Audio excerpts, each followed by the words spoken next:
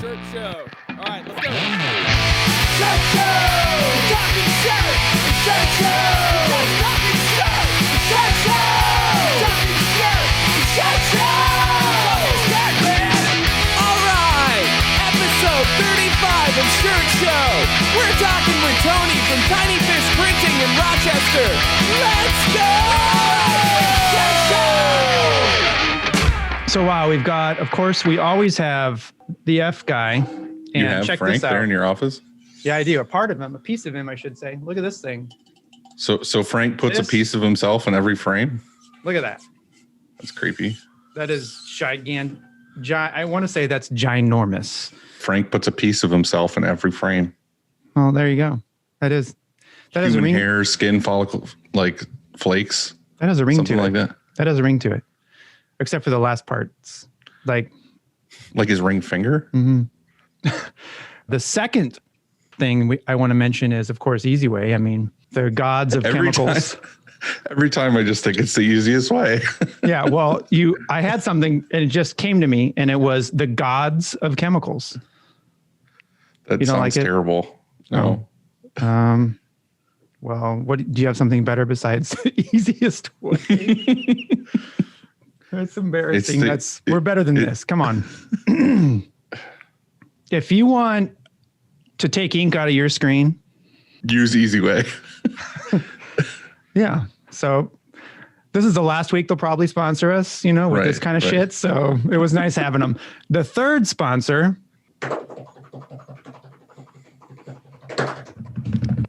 Monarch. there you go, Monarch. We had Aaron on last week and we fell in love. I mean, we already really liked each other. Like, you liked Aaron, Aaron liked you. And then we saw him in person and he radiated gold. He did. It was, I don't know. It was love at first sight. And I think that we hit it off. And so he's going to also sponsor the show. Yeah. Yeah. Again, we both really liked the inks beforehand.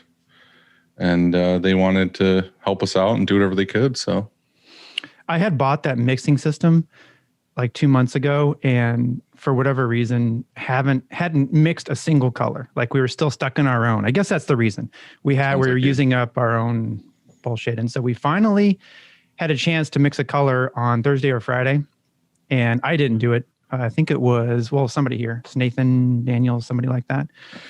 And they mixed it, and they said they hit it the very first try, and you should have seen it, man. It was beautiful.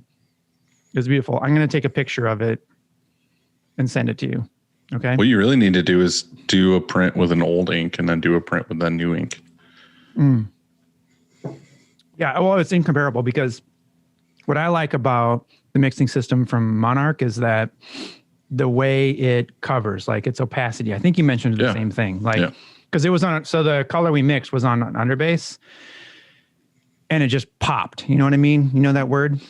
Mm-hmm. It popped. And so anyway, really proud to be partnered up with them also. Hell yeah. Yeah. Okay.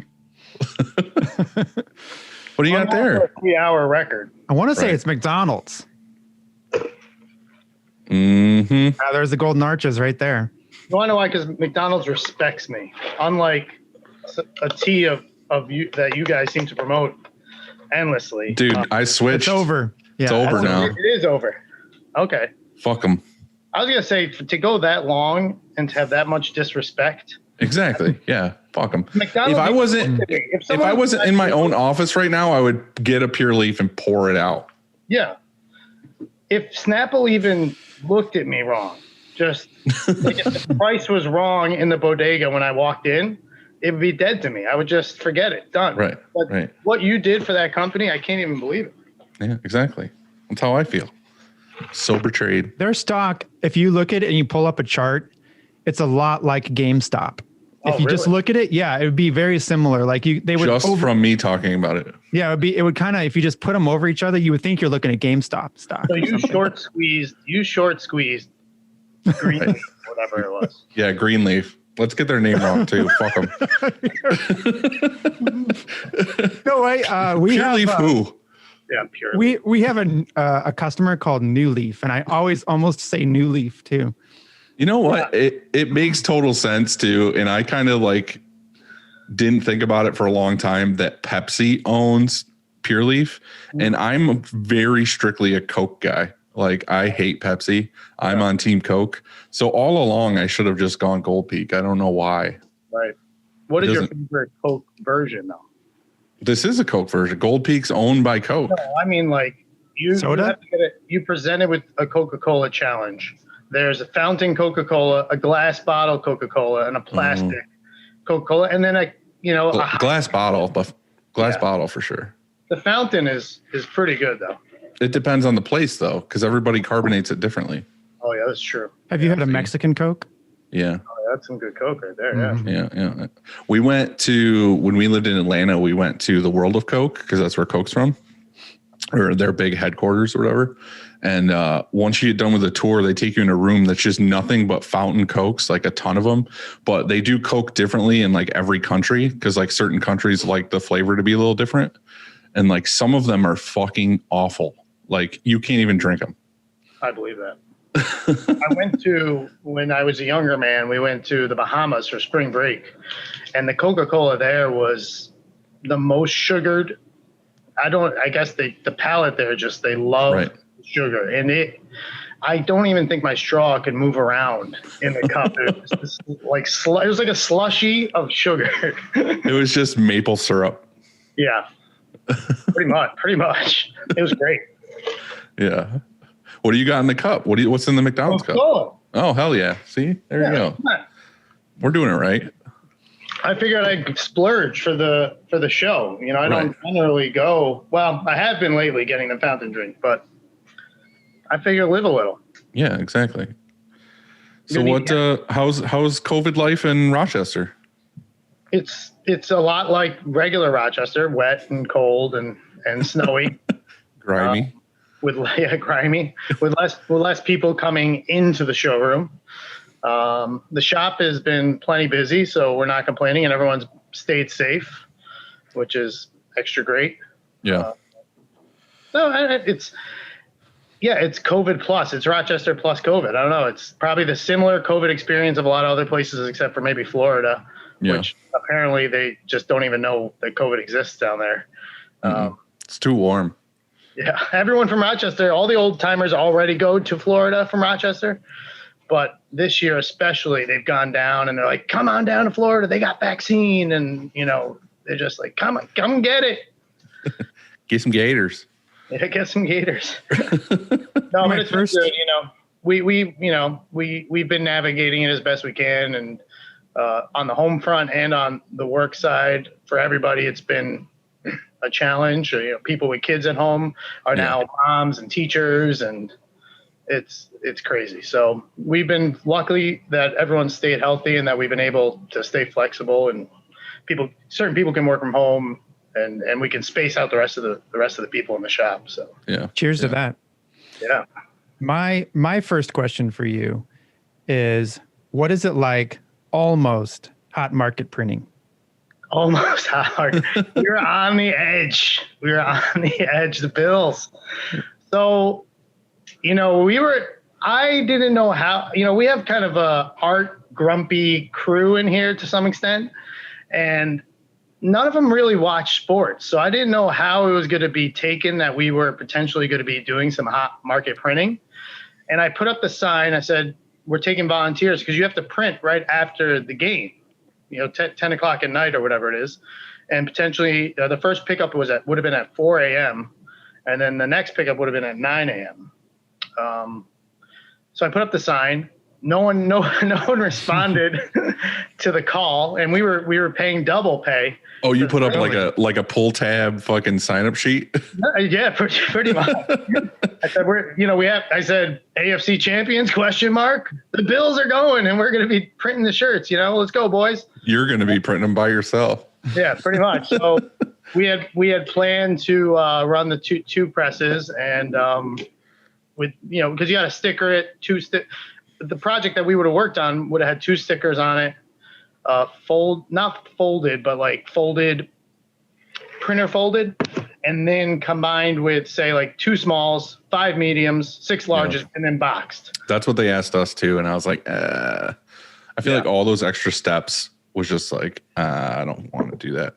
And I think much like you guys, we don't do contract work, so we're not necessarily set up for this. Yeah. But when they called, and us being so close to Buffalo, and with everything that's been going on, I was like, we got to at least try it. Like, we have a couple of old timers here that used to, one, do the artwork for the old Super Bowls and print a lot of the old Super Bowl gear. And they have all these stories of like, and then a truck showed up and stole all the shirts. And like, then we set up for one team and the other team ended up, so we were like, we got to get some of these stories. Right. Give it a shot. So anyway, we put up the sign. No one responded to it at first. Then the Bills won that weekend. And that Monday, like, everyone wanted to be on the shift to come in and print. Right. So I think by the Friday, there was like a buzz in the shop. We set up the jobs. We had done the test prints. We set up the 2 presses. We had the press teams kind of oriented to how they're going to print, who's going to do catching. And we started like the AFC champion text group. So everyone was like spamming throughout the game. And then by halftime, it was pretty obvious that we weren't going to be doing the printing. So Monday was a sad day. We took the screens down and washed them out. Yeah. So did they just come pick it all up? Well, not yet. We're still waiting for them to pick it up. Oh, really? Okay. Yeah, they're coming. I guess it's. They said they would send someone out 2 or 3 weeks to pick up the shirt. So yeah, I saw your video of you spraying out the screen. And, it was sad. The sadness. It was pure sad. Those are actual tears that I was shooting out of the power washer. So that's something that me and you talked about a little while ago, was just like, do you do a lot of like test prints for bigger companies, like as proofs? We don't know. Because I know we were having that discussion when I was there about how you were doing a bunch of them for Wegmans at the time. But that was special circumstances. Yeah, for Wegmans we do. Wegmans, there's the standard of quality that they're looking for, and the specific projects that they're sending to us are ambitious designs. So we would, at the same time as this AFC championship thing, we were working on a project for Wegmans that we had it maxed out at 16 colors, and I think it probably still needed another 16. So we had already done 3 rounds of sampling for this design, and we got to somewhere that we really liked, but it ended up needing, I want to say it was like 3 or 4 revolvers and 16, it was 15 colors because of the flash, but then we had to like churn off the flash on the next cycle so it wouldn't overheat. So yeah, it was crazy, but we only did like 2 or 3 of them, and then they ended up deciding that the design was too busy. So that's such a kick in the dick. They ended up reducing it. I don't know if I sent it to you or not, but I was at Wegmans probably like a month ago, and I bought one of the shirts. Oh yeah, off the shelf just to give to my wife because I knew she was like, "Oh, you're supporting Tony." Yeah, they did pretty good with that shirt. I was a little, I didn't know how it was going to go because it was on white, and I think white can be tough in a retail environment, especially in a grocery store. But they did all right with it. So yeah. And white's easy for us to print, so let's do it. Yeah. I think it was like the heart one with like the flag through it or something? Yeah, it was like a paint swirl with a flag. Yeah, that was it. That's all in our wheelhouse. We don't generally sample for most of our simulated process or any of that kind of stuff that we're doing. But it's Wegmans. But if they want it, sure, we'll sample. We're sampling a poster right now for someone, a flat stock poster. It ended up being like 6 colors flat stock. So we're doing that one and we're sampling it and playing around with different papers, but we bill for it. So personally, I really like physical samples. Sometimes we even do on-press approvals. So we have a job going maybe midweek that's going to start, that's kind of chunky job. And we're going to do a press approval because, it just takes a lot of liability off you anyway. Digital proofs only get you so far. We had a digital proof sting us last week on a smaller order, like under 100 shirts, but it still got us. And we had probably a hour powwow of what we're going to change about our What was the problem with it? So on that one, there was a t-shirt and a tank top, and the t-shirt was a two-color left chest, two-color back, and the tank top was just a two-color full front. And so on our proof, we had it, and this is what I was looking for earlier because I wanted to show it to you, but we had it where it showed the t-shirt and the t-shirt front, the t-shirt back, and then it just showed the tank top and not the front and back. And so mistake. We normally show both things, and we don't want to crowd the proof. It gets to be kind of crazy after a while. There can be 4 or 5 different styles even, right. But we had a long discussion on how we're going to change our proofs because of this. I mean, I'm sure you guys do the same thing. Whenever you have something fail there, you say, hey, is this like a fluke? I mean, was this inevitable, or is it something we need to change about our proof? And so that's how our proof has evolved over all these years. Is if it ever fails us, we'll change it. And the whole idea of our proof, this digital proof, is just to reduce the amount of mistakes, because ultimately we're going to fix it. I mean, if we show a proof to somebody and it's their artwork and they give us the artwork and we still screw it up, I mean, we're going to fix it. I mean, we want you to be happy, and I know it's painful, but we'll just fix it. Right. Well, this proof on the tank tops anyway, there were probably like 30 or 40, and we're going to fix them because they didn't want the left chest. But I really like doing on-press or approvals, or even physical approvals like you were talking about for the Wegmans thing. I mean, what if you were to show them a digital proof and they're like, oh, this looks great. And then you go to production, and then in the end, they're like, it's too busy. Then what? So, I mean, it was expensive, painful, I suppose. But as long as they're paying for it. Yeah. Well, yeah. I mean, you can sometimes, it depends on who your customer is. I mean, this customer that we're doing a press approval next week, we're not. I mean, if we change something, we're not going to charge them. Right. I think it depends for us with the kind of like what you're saying I'm happy to have a customer come in and take a look at something, especially for something that's a bigger project. The way we've done it in the past is we'll say something like, we'll do a press approval for you. It will cost $200.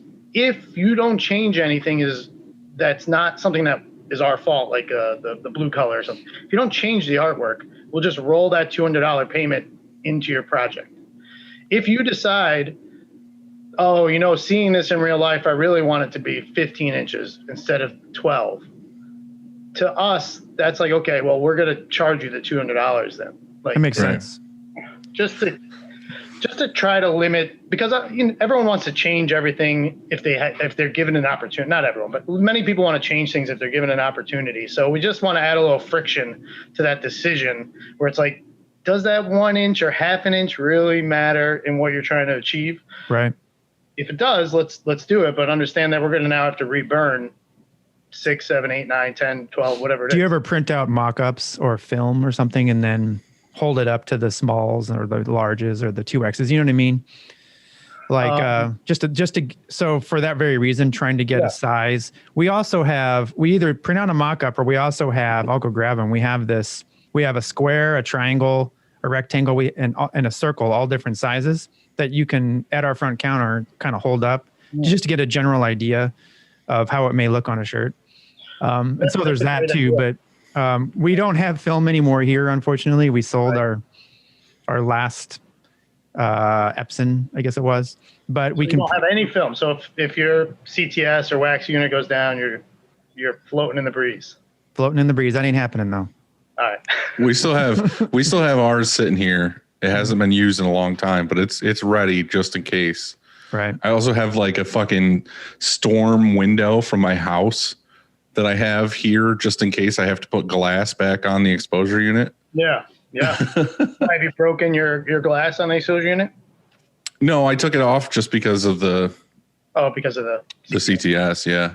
Andy's got that new fancy one that has both. That's actually how this came to be. I saw that they were installing it kind of like, in their stories. And I go, ooh, the wax unit's coming in.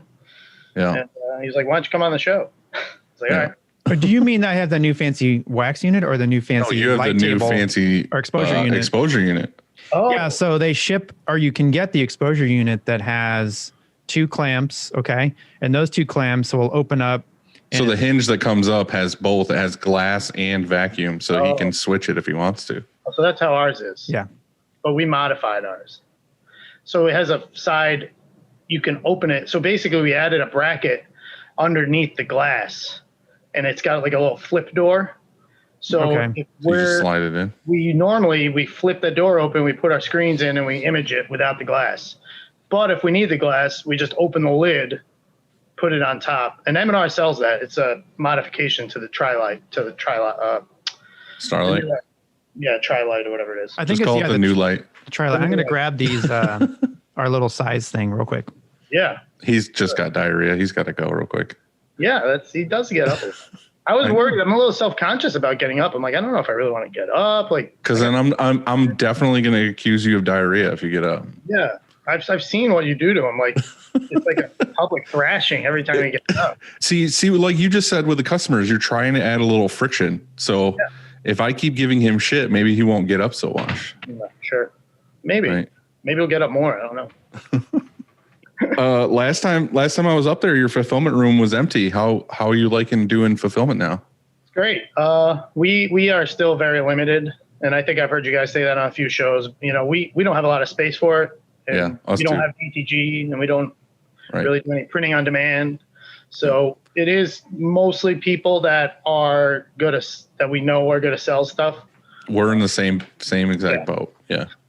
We'd love to expand it to help other people out. We're on that. I think we're in the same decision tree that everyone else is. And it's like, do you go DTG? Do you not go DTG? Do you go hybrid? Do you do this? Do you do that? Or you do like we're doing right now and just be ultra selective with who you actually work with. Like you don't want to take in every random Joe that wants to sell 4 shirts a week. It's like, I want to work with people I know are going to sell like 200 shirts a week. Sure.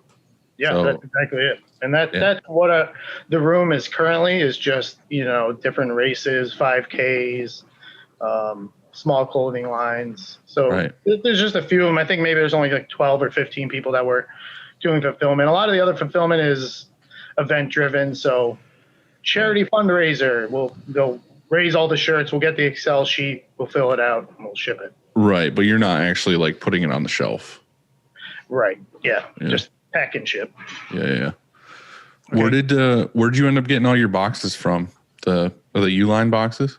No. My business partner got them, I think, from Johnstown Container, but they're cut. Did you see them? I saw them, and I've actually, because we recently just finished the offices, and now we have a room where we want to do fulfillment in, and I have been looking for the boxes that have the cutouts so you can just reach in. Yeah, that's what I'm looking for. And we added the little plastic sleeve. Yeah, I think it was Johnstown Container. Oh, Jamestown Container. Wait, what is that box for? I don't get it. It's for fulfillment, so you can reach in and grab shirts in it instead of opening and shutting a box constantly. I don't even know if I have one in this area. Okay. You're not. It's not a shipping box. You're saying that stays on your shelf. Okay. Yeah. So we'll just have the shirts in there. 10, 20, whatever the size is. Put the label on the front for the size. And it just makes it more tidy. We were using just a square box. Just, straight up square box and writing on it. But it was just a little annoying because you'd have to pull it down off the shelf. Right, exactly. So to cut that out, I don't know if they made it custom for us or if John, my business. I've seen places with them before, but I actually found that Uline sells them. But I didn't know if you had something specific. Yeah, I'm selling them now, actually. Oh, okay, cool. Yeah, so just shoot me an email. I'll hook you right up. Well, it gives me a reason to come up, get boxes, go to the diner. Yeah. And then come back. So real quick on Andy's mock-up situation, we just had a situation here where the customer, so we did some artwork for the customer, and we don't really do artwork. It's something that we've just never got involved in. We don't want to get involved in that part of it so much, the back and forth. But they sent artwork. They sent an artwork request. We did some artwork. We sent it back to them. They said, no, actually, I don't want that. I want this. They sent new artwork. In the new artwork, they had misspelled one of the words. We did not notice. I was just going to say that. Yeah, we mocked it up. We sent it to him. He looked at it. He approved it. We printed it. Then we noticed like at the end of the belt or something, we're like, oh no, this word is misspelled. So we called him up and we said, hey, word's misspelled. And he was annoyed about it. And he's like, oh man, it's my fault, blah, blah, blah. But I'm like, well, we can reprint it, whatever it is. But he sat on it for like a day or two. And then he was kind of like, I want it redone. I can't live with this. But he wanted us to cover it. So now our sales rep is like, this is not, this is before I got involved in the transaction, but he's like, this is not our fault. We gave you the mock-up. You sent us the artwork. And, well, I guess before I tell you how we resolve this, how would you guys resolve this situation that I've just described? I usually do the same thing because that's like why, like in our terms and conditions, we have our mock-up form that's super detailed that says like Pantone's placement inches down, like everything on it is like so detailed to where if anything on it, basically when you approve it, you're approving every step of the way, like everything that this should look like. If they approve it, then at that point, it basically says it's on you. If we printed it and it looks just like the mock-up, then it's kind of on you if you're upset with something. Yeah. I know it sucks to say that. And me and Andy have said that a bunch of times, like we're going to end up fixing it. But in reality, like legally wise, I don't want to say legally, but like transaction wise, I feel like they're liable if they approved everything. Yeah. And we've had customers too that are like, oh, I get it. It's on us. I approved it. But there's always those ones that just want to fight it over and over again. So he comes in to your shop, Dylan, and he's like, listen, I know we get into a fist fight, roll around on the ground. I'll end up reprinting it anyway. Sounds about right. Yeah. Right. So he's like, I'm not going to pay a dime extra, and you need to fix this for me. And you're going to do it. A lot of times what happens is I'll try to meet him halfway. I'll try to split the difference. No, I'm not doing that. You got to reprint them. So ultimately you're reprinting them. How about you, Andy? So I know his answer. It depends on the customer. Sure. I would say 9 out of 10 times we reprint it, no cost to them. Yeah. Especially if it's a repeat customer or a customer we've done work for years or something like that, then it's just time that, like, hey, we got it. Don't worry about it. Yeah. Because I think no matter what in that situation, I think that even though they know it's their fault, we're the professional, and so I think they think that we should have caught it somehow in the back of their mind. And so I guess if you say, no, look, we sent out this proof and you didn't catch it, or you gave us the art, sorry, and we sent out this proof and we printed the shirts and it's not our fault. While that's true, they still have this negative experience. And I think that they carry it with them. And so that's your chance. That's like an opportunity to fix it, even when we didn't have to, because they know that too. They know that we don't have to fix that. And then we go ahead and we do. I mean, we handled it. How that's just a great gesture, like that's saying that, hey, we got you, don't worry about it. And we took care of it, even though it's going to cost us. And I think that's worth every dollar that we just spent. If it's $500 or whatever, $1,000 to reprint it, I think that goes a long way. I think that they tell everybody, I think they tell their friends, like, just go to SureCon, man. Like they'll take care of me. They'll take care of you, or, and so I think that goes. And so I would say 9 out of 10 times. The only time I wouldn't, I suppose, if they're being an asshole, like at over the whole thing, and they're just blaming us and they're going on, I don't know. I think that if they're just being outrageous about it, the saying, you can catch more. Fuck this saying up. I knew you were going to mess it up. I knew no matter what this saying was, you're going to fuck it up. You're going to fuck it up. You know that saying? Well, that saying is what that's that saying I'm not going to say because I don't know that saying. That's it. So here we go. Check this out. This is we have these circles. Oh, great. This one's 2.5. This one's 3. Yeah. And so on, right? And then we have this. So, hey, do you want your design? I mean, this is when we're trying to deal with somebody that's not here, let's say, or even here. I can put this on a shirt. Yeah, I love it. And this says 12. So I can do that. And then I've got these, and it's a square. And they're just not sure how big they want their art. Well, check that out. 10.5 square. And this is so you don't have to waste film and print out a bunch of different film. Look at this. Look at it. 4.5. Hey, I want a left chest. How big should I make my left chest? I'm gonna give it to you. That is pretty awesome. That is, I love it. And we have pretty triangles because triangles are different than circles. I don't know. Dylan doesn't know this, but it is true. Triangles are different than circles. Yeah, triangles. This is something. Oh, yeah. Yeah, there you go. No, I love it. I think that's a great idea. We don't do that. We don't think that's a good idea. No, I think it's a great idea. Our showroom does have a lot of samples in it where I think so. We have like a shirt that's half printed water-based, half printed plastisol, so people can see the difference. One printed vintage. You know, we know what size those are, so we can explain to them. But a lot of those, we don't have a lot of those conversations in the front in our showroom for some reason, like sizing and stuff. I don't really know why, but just to finish the thought, so we end up replacing those shirts, and we always end up replacing the shirts, basically. Yeah. So you're saying you reprinted them and you didn't charge them anything, you didn't split it, nothing. You just took care of it. And what did he? I tried to get him to split it. I said, well, what if we just do all the printing for you and buy the new shirts. That's what I do. I say you cover the blanks. Like if it really is their fault and they know it's their fault, I don't want to just be like, all right, we're going to recharge you the whole thing. I'm like, I will cover my cost, like my printing, my time, because I want to help you out. But you got to at least buy the blanks. Like if it genuinely is your mess up, like meet me halfway, buy the blanks.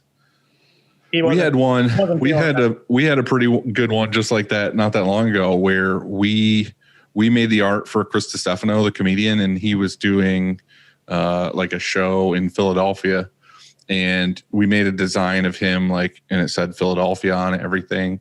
Sent it to him, had it approved, printed the shirts. I did the usual, like I took a picture of it, put it on Instagram, and he hit me up. He's like, "Hey, Philadelphia is spelled wrong," and it was like PHILI, like Philadelphia, not Philadelphia. Yeah. And I was like, fuck, that sucks. And then, so we made the artwork. He approved it, but we made the artwork. Right. So I looked at that as like, that's definitely on us. Like I'm going to reprint it.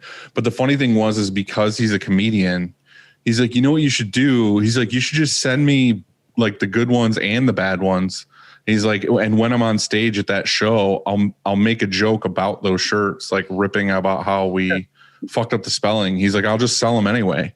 Nice. And I was like, no, I can't have that out there. Like, I don't want it to be like, like, I don't know what his joke is going to be. He's going to be like, oh, Upstate Merch really fucked these up. I got them for sale for $5 off or something. I think that I would be okay with selling some shirts at cost that are a mistake. Yeah. As long as the mistake isn't a misspelling or something like that. Maybe it's like they came in and they're like, oh, I thought the red would be a little more yellow or something. Then I'd be like, well, look, there's a perfectly fine shirt. It's like, you know, it's just that they're red slightly off. Go ahead, buy them and then use them for whatever. Yeah. And because like you just said, you don't want shirts out there that are wrong and that you kind of get made fun of. They're my name on them. Yeah. Yeah. I thought back to, you know, so our sales rep was kind of annoyed that in the end we ended up redoing this job for the customer. But like you said, for me, it's long-term value of the customer. Yeah, we're going to eat it on this job, but if he comes back 3 times over the next 5 years or 5 times over the next 5 years, we'll make it up. So to me, it's always just a fault to fix it, especially all of us 3 shops being more in the retail side of things.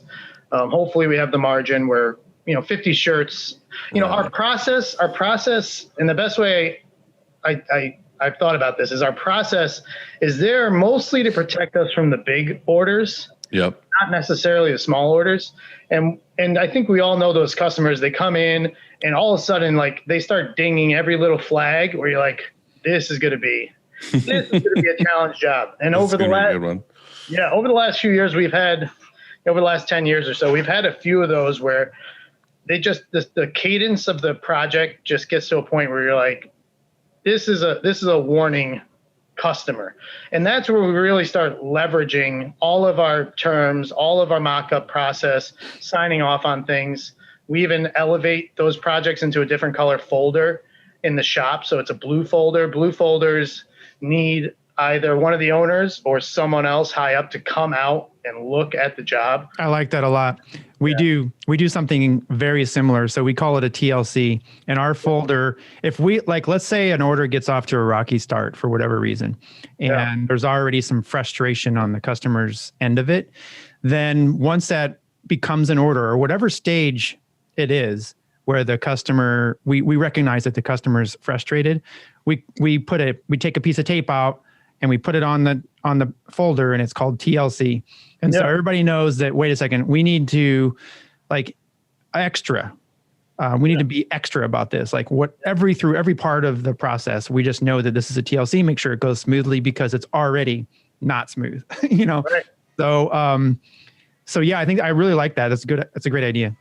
And it's protected us a few times, specifically one customer in particular. It was a couple, and they had a clothing line, and there's maybe 15, 16 different vector gradient dogs and cats and all these little animals with crazy intricate gradients. And they were, maybe 3 inches on the front of the shirt. But it got to the point with this project, it was a big project, something like $20,000, $30,000 project. And we didn't really want to turn it away. So we would make them come in. They wanted to come in. They would press check everything. They brought in their own mannequin and would put the shirts on the mannequin and measure the drops. And they were taking pictures, and we went through this for all 15 designs. So we'd set it up, they come in, mannequin, put it on, measure, and we'd have them sign off. Well, anyway, fast forward, it was 2 years later, they wrote us and they're like, people don't want these designs because you guys messed them up, blah, blah, blah, blah, blah, blah. And that is when we were really able to go back, pull out all that we had saved, all those mock-ups, all those sign-offs, all that, and be like, no, you were here for every single step of this. And that's where I think all those processes really come in. And I don't like to turn those processes loose on the customers that get 50 shirts and they just make a mistake. And so we just eat it. Right. Well, we had this discussion, about a year ago, 8 months ago, something like that, about a certain customer that we were going to start working with. Oh, yeah. That could have been that same way, where it was just ultra picky about everything. And there was a lot of stuff every week. And didn't he end up, I thought he had you pretty pegged, though, pretty good. He was really, really ready to work with us on everything. Again, we did samples. We had a couple Zoom calls about how we were going to run everything and how everything was going to go. And then it just got to the point where it was going to be, there was too much stuff. Oh, I'm thinking of someone else. I'm thinking of the other one. Talking about the guy who has a baked good item for his logo. The big name. The big boy. Yeah. No, I'm talking about, there was another one that we kind of crossed streams on. We did some stuff for him. Then he jumped ship over to you guys. Oh, yeah. That is by far a big blue folder. Yeah. And Dylan wrote us hey, this guy, just so you know, your customer's trying to leave you guys and come over to us. And I was like, you can have him, man. It's all yours. And then I was like, God damn it. If Tony doesn't want him. And then I think within 10 minutes, he had the perfect read on Dylan. He's like, this dude's a racist or something. I don't even know. He started, remember, he called you guys skinheads. And it was crazy. He just unwound and just went off. There's a photo of me, Chris, Brian, and Randy at a live print. And it just so happens that we all buzz our hair. And he was like, oh, I found this photo of you guys on the internet. And he was just like, you guys are a bunch of racist skinheads. And I was like, whoa. And he was like, what's the matter? Because you're a racist. Yeah. Basically, nothing ever happened. We never fully quoted him. We never did anything. We were still in the discovery phase of what he was going to do. And it was just, again, it was just like you. It was so much stuff that we were like, this isn't our wheelhouse. We don't want to do it really, kind of trying to turn him down nicely. And then because we turned him down and told him that he should try somewhere else, it was automatically we were skinheads. Yeah. Do you we've turned down a few orders that come through here. So I call it we'll print PG-13 for sure, and we've even printed some rated R things, but there's been a couple, maybe it's been a long time, but there's been a few jobs where we just what would you consider rated R? I want to know what your rated R is. Dude, we do a lot of hard R here. Is this 90s R or is it 2020? Yeah, it has changed, right? Because you can say the F-bomb a couple times in a PG-13, right? We get people all the time that come to us that are like, I tried 5 other print shops. We're wondering if you'd be willing to print this. I was like, hey, your money's as green as the next guy. Yeah. Like, it's just ain't on a shirt, man. It's a slippery slope. It could be a slippery slope. So you were saying the hard R. Yeah, I guess. So there was one time. What have you turned away? What's an example of something you've actually said no to because of the content of the shirt? Well, we're a custom screen printer, and so we are very. Wait, you're what? Well, a little bit different than maybe Dylan because he's more targeted. Like we have way more walk-in, for example, and we're in our community doing. We're printing T-shirts. Like we are an approved vendor for local high schools. Yeah. We print for churches on our next door. And so we print for the city, for police departments, everything, and also the lawn mowing company and the bar and everything else. And so we're a custom screen printer.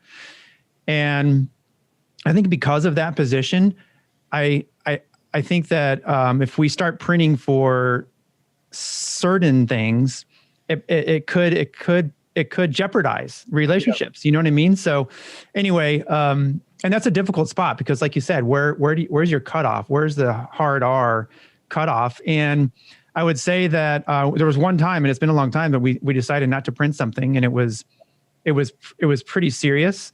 And we said, I just don't think, I think that would offend people that were working here, not just people out in our community, but that would offend people that were here. And they wrote us a Google review and said that a really negative one. Yeah. And I don't even want to say it's just there. It's like such a negative thing. And it was bullshit. But anyway, it's a tough choice. There was one time there was a dick pic we didn't do, and we're just. I would have definitely done that one. This next time I'm gonna send all the dick pic T-shirts up to you. Okay. It's just the hardest part about the dick pic is the folder right there. Right. The hardest part about the dick pic is just getting the flesh tone correct. You know what I mean? Like, right. I don't want to embarrass them because some guys it's a little darker skin area down there, and you just want to make sure it's right. Well, you can do an on-press approval, where they just kind of compare it. We did have a customer that had very kind of sacrilegious, crazy artwork, and one of them was like a goat head god, the whole thing, just a huge penis, just straight down from the hip down to the kneecaps, just this massive third leg. Oh, it was huge. But I found all of a sudden, I next thing I know, there's like 3 of us standing around this shirt trying to like decide if there was enough definition between the leg and the penis. And I'm like, what have we become here? We're like critiquing this penis shirt. Well, yeah, we printed it. But to Dylan's point, to your point, we have had actually issues with some of the staff on some of the stuff that we have taken in over the years. Where people are like, especially if it was something kind of like that, if sacrilegious and someone's religious and also come in and it's like a nun bent over a table and like some demon head it's just so we haven't come across too much of that kind of stuff or anything else like that's been an issue, but it is a topic that's come up before for sure. I guess there's this one print that we have that, and we've done it once before where we've submitted like a really cool simulated process or whatever to impressions for like the awards thing or whatever. Yeah. And there's this one that Brian wants me to submit every year and I refuse. But we did a print like that where it was like a demon in hell, like literally like ripping apart babies and like drinking the blood. And there was just like naked girls everywhere. But like the print came out flawless. Like the blends and everything we did print wise technically was awesome. It's just the actual graphic is so graphic that I'm like, there's no fucking way. He jokes about it and he keeps it in his office and every year he's like, like, like, you want to submit this one? And he's like, the baby skin on this. It's so good. So good. And I'm like, I don't know. As we've gotten bigger, when we were really small, we're still small, but when we were really small, it didn't seem to bother anyone what was coming in here. And as we've gotten bigger and as we have more personalities, it is something that has come up. Not recently because we haven't gotten anything, but I could see it becoming an issue again. So I think if the next time some R-rated artwork comes across our desk, we might have to take a second look at it. I feel like I would do that too. We just haven't had anything with anybody here that I knew it would bother. Cause I've said this many times, but basically everybody works here has like the bottom of the barrel filth mouth. Right. So I think we're okay. But if there was something that was like racist or, just very targeted towards somebody who would work here, I would probably say no. Yeah, I'm not printing anything racist. Right. I won't do anything that's like that either. But yeah, I don't think I've ever actually had anything like that though. But it can be a fine line too, because again, it's one thing for a goat skull head guy with a giant penis. It's another thing for defund the police or any of the current movements that are going on. There could be all kinds of people that are offended at. We print a lot of stuff for the SWAT team and various police. Right. Some of our best friends are like state troopers. So. Right. So what happens when defund the police comes in? That might offend. How do you handle something like that? Even right. I'd probably say no. We would take it, and if the police said something, I'd be like, well, they need shirts. Right. Everyone needs. But it is something that I think every shop really needs to, at some level, decide what are we going to print, what are we not going to print. We tried to send weird. What's that? I was going to say, isn't it weird that we're in a time where that's such an issue, because T-shirts for almost since they started, or I should say printing on T-shirts, almost since that was a thing, that's like that's a statement. You know what I mean? Like that's wearing it's a walking billboard. It is a walking billboard. And it isn't the greatest thing in the world to print something on your T-shirt that, hey, I stand for this, and be okay with that, and to be able to walk around in public and people to say, oh, well, that's like a bumper sticker saying, and you stand for that. And I don't, I don't stand for that, but you do. And that's free speech though. Go for it. Shouldn't we be able to pretty much do whatever we want without offending a group? I miss that, I should say. Like I grew up in the 80s and there were some terrible things about the 80s, but mostly it was great. And I miss being able to wear whatever T-shirt you wanted. Speaking of the 80s, I want to step back. I want to get your story. Where did you start? Born in a small village. Our story. Where do we start? I mean, it's long, convoluted, and actually similar to a lot of the guys you guys have spoken to. Well, we talked about before how you did like the Warped Tour stuff, so I kind of want to hear that story. So the abbreviated version is 2003, 2004. We were concert promoters. So and I know you guys have had a couple people on that have this kind of same genesis, but so we were concert promoters, punk rock shows, that whole thing. We went under the name Angry Penguin Productions. And, we were just every Friday we were doing shows in a small bar called La Cuna Cafe. So as soon as we would get done with the show, we had a bunch of kids, like 14-year-old kids leaving there, like, all sweaty, moshed out or whatever. In would come Spanish, like nightlife and Coronas, and they'd start dancing and they would take over the whole place. So it's kind of cool. But we did that for a bunch of years. We got, I wouldn't say big with it, but we were getting bigger. We were doing bigger and bigger shows to, getting Comeback Kid, Evergreen Terrace, some of these bigger bands, and at the time scene bands. And then we did a shirt for that company of a angry penguin that one of the kids from the shows drew. He drew this little angry penguin thing, and I took it into Photoshop and I put it on with a bunch of buildings, and it was like a Godzilla. He's like walking through the city and people are running away from it and stuff. And we did that as the official shirt for the concerts.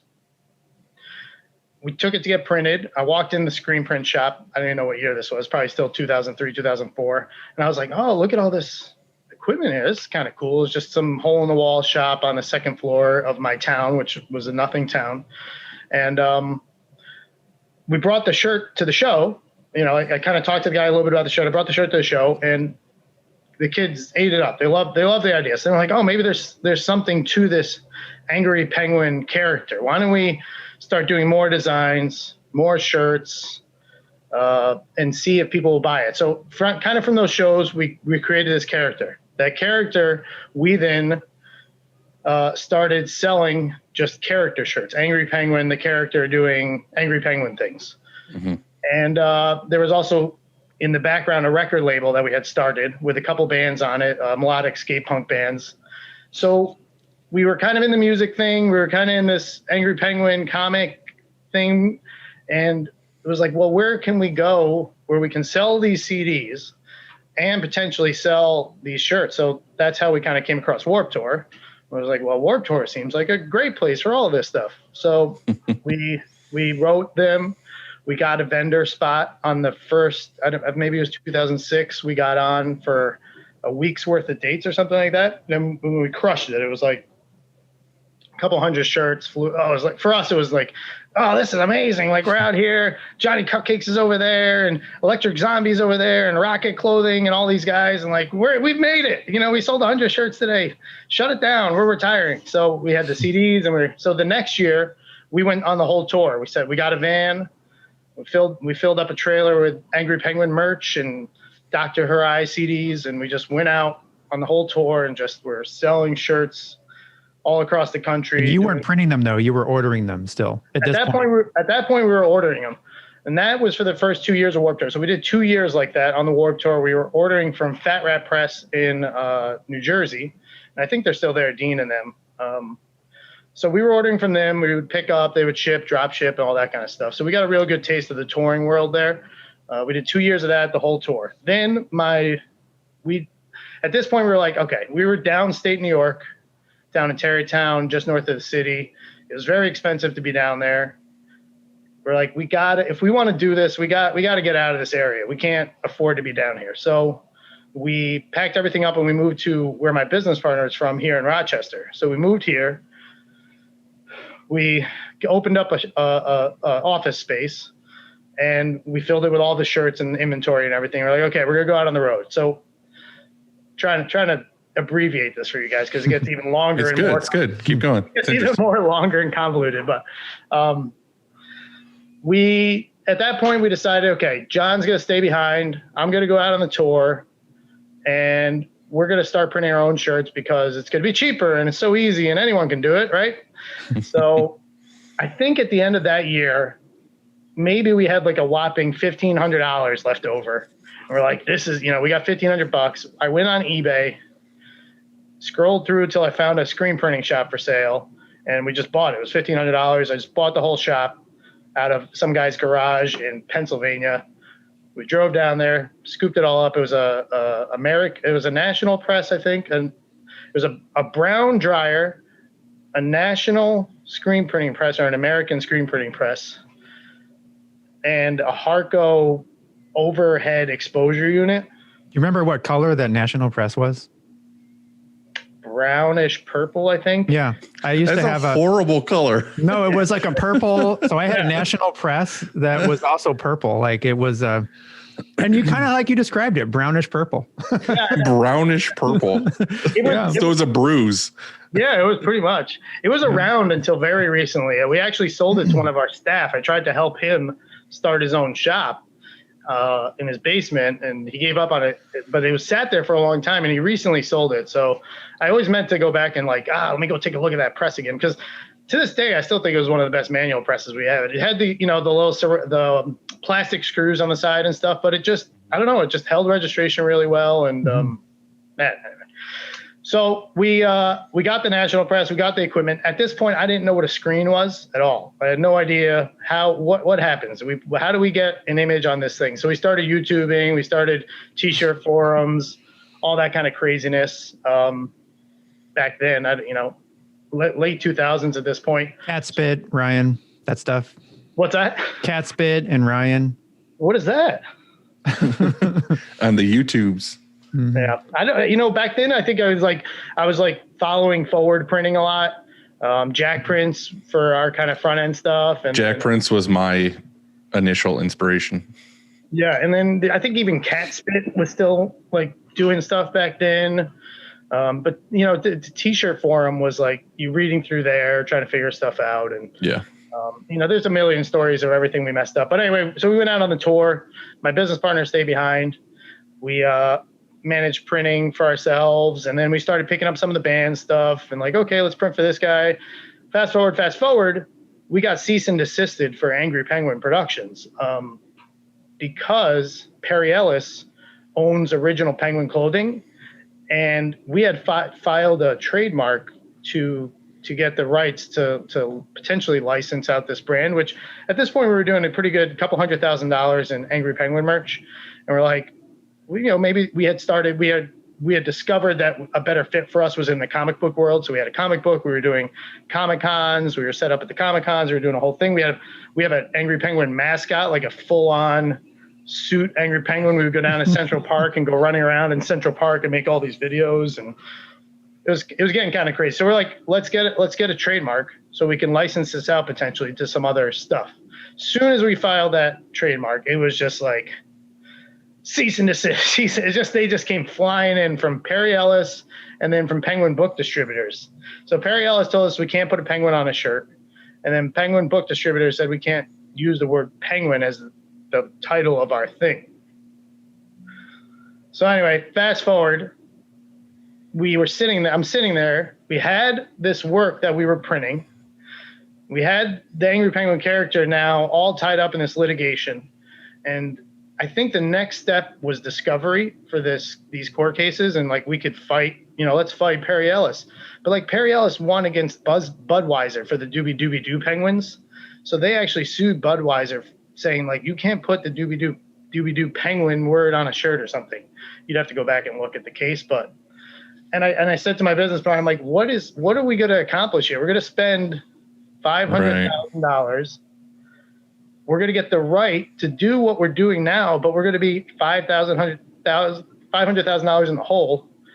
And then on top of that, Angry Birds started, and everyone thought we were Angry Birds, and they had like basically the same font as us, and our bird kind of looked the same. So I was like, we're just getting it from all sides, like Angry Birds and Penguin Book Distributor. So at that point, it was like 2007 or so, and we had done 4 years of Warped Tour. We'd met so many awesome people, and we had this client base of stuff we were printing. I was like, let's just go all in.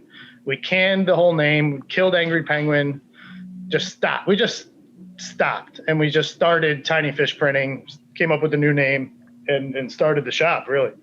Big Fish Tiny Pond or Tiny Fish Big Pond. And is it because you felt like this tiny fish because all these bigger companies were just slamming you from all these other angles, and bringing the heat? Or is that a completely different name origin? Well, maybe on some level, I guess I never really thought about it, the fact that we were getting stomped on by Perry Ellis and all them, but we did have that idea of small fish, big pond. But our idea was more that we are small fish. We were starting this new journey, and we were here to help other small fish that were starting on their journey. You were Nemo. Well, yeah, we were Nemo. I'm more of a Dory, but that's all right. Okay. And Speaking whale. Yeah. So we're a small fish just trying to help other small fish, and that's still true to this day. I mean, we're compared to some of these guys, we're nothing burgers. But that's how we like it. Absolutely, I love it. Yeah, we can do whatever the hell we want. Yeah. So that is the origin. Yeah, small fish, big pond. And then it happened that we were doing water-based early on too, so we spun that a little bit. And Right.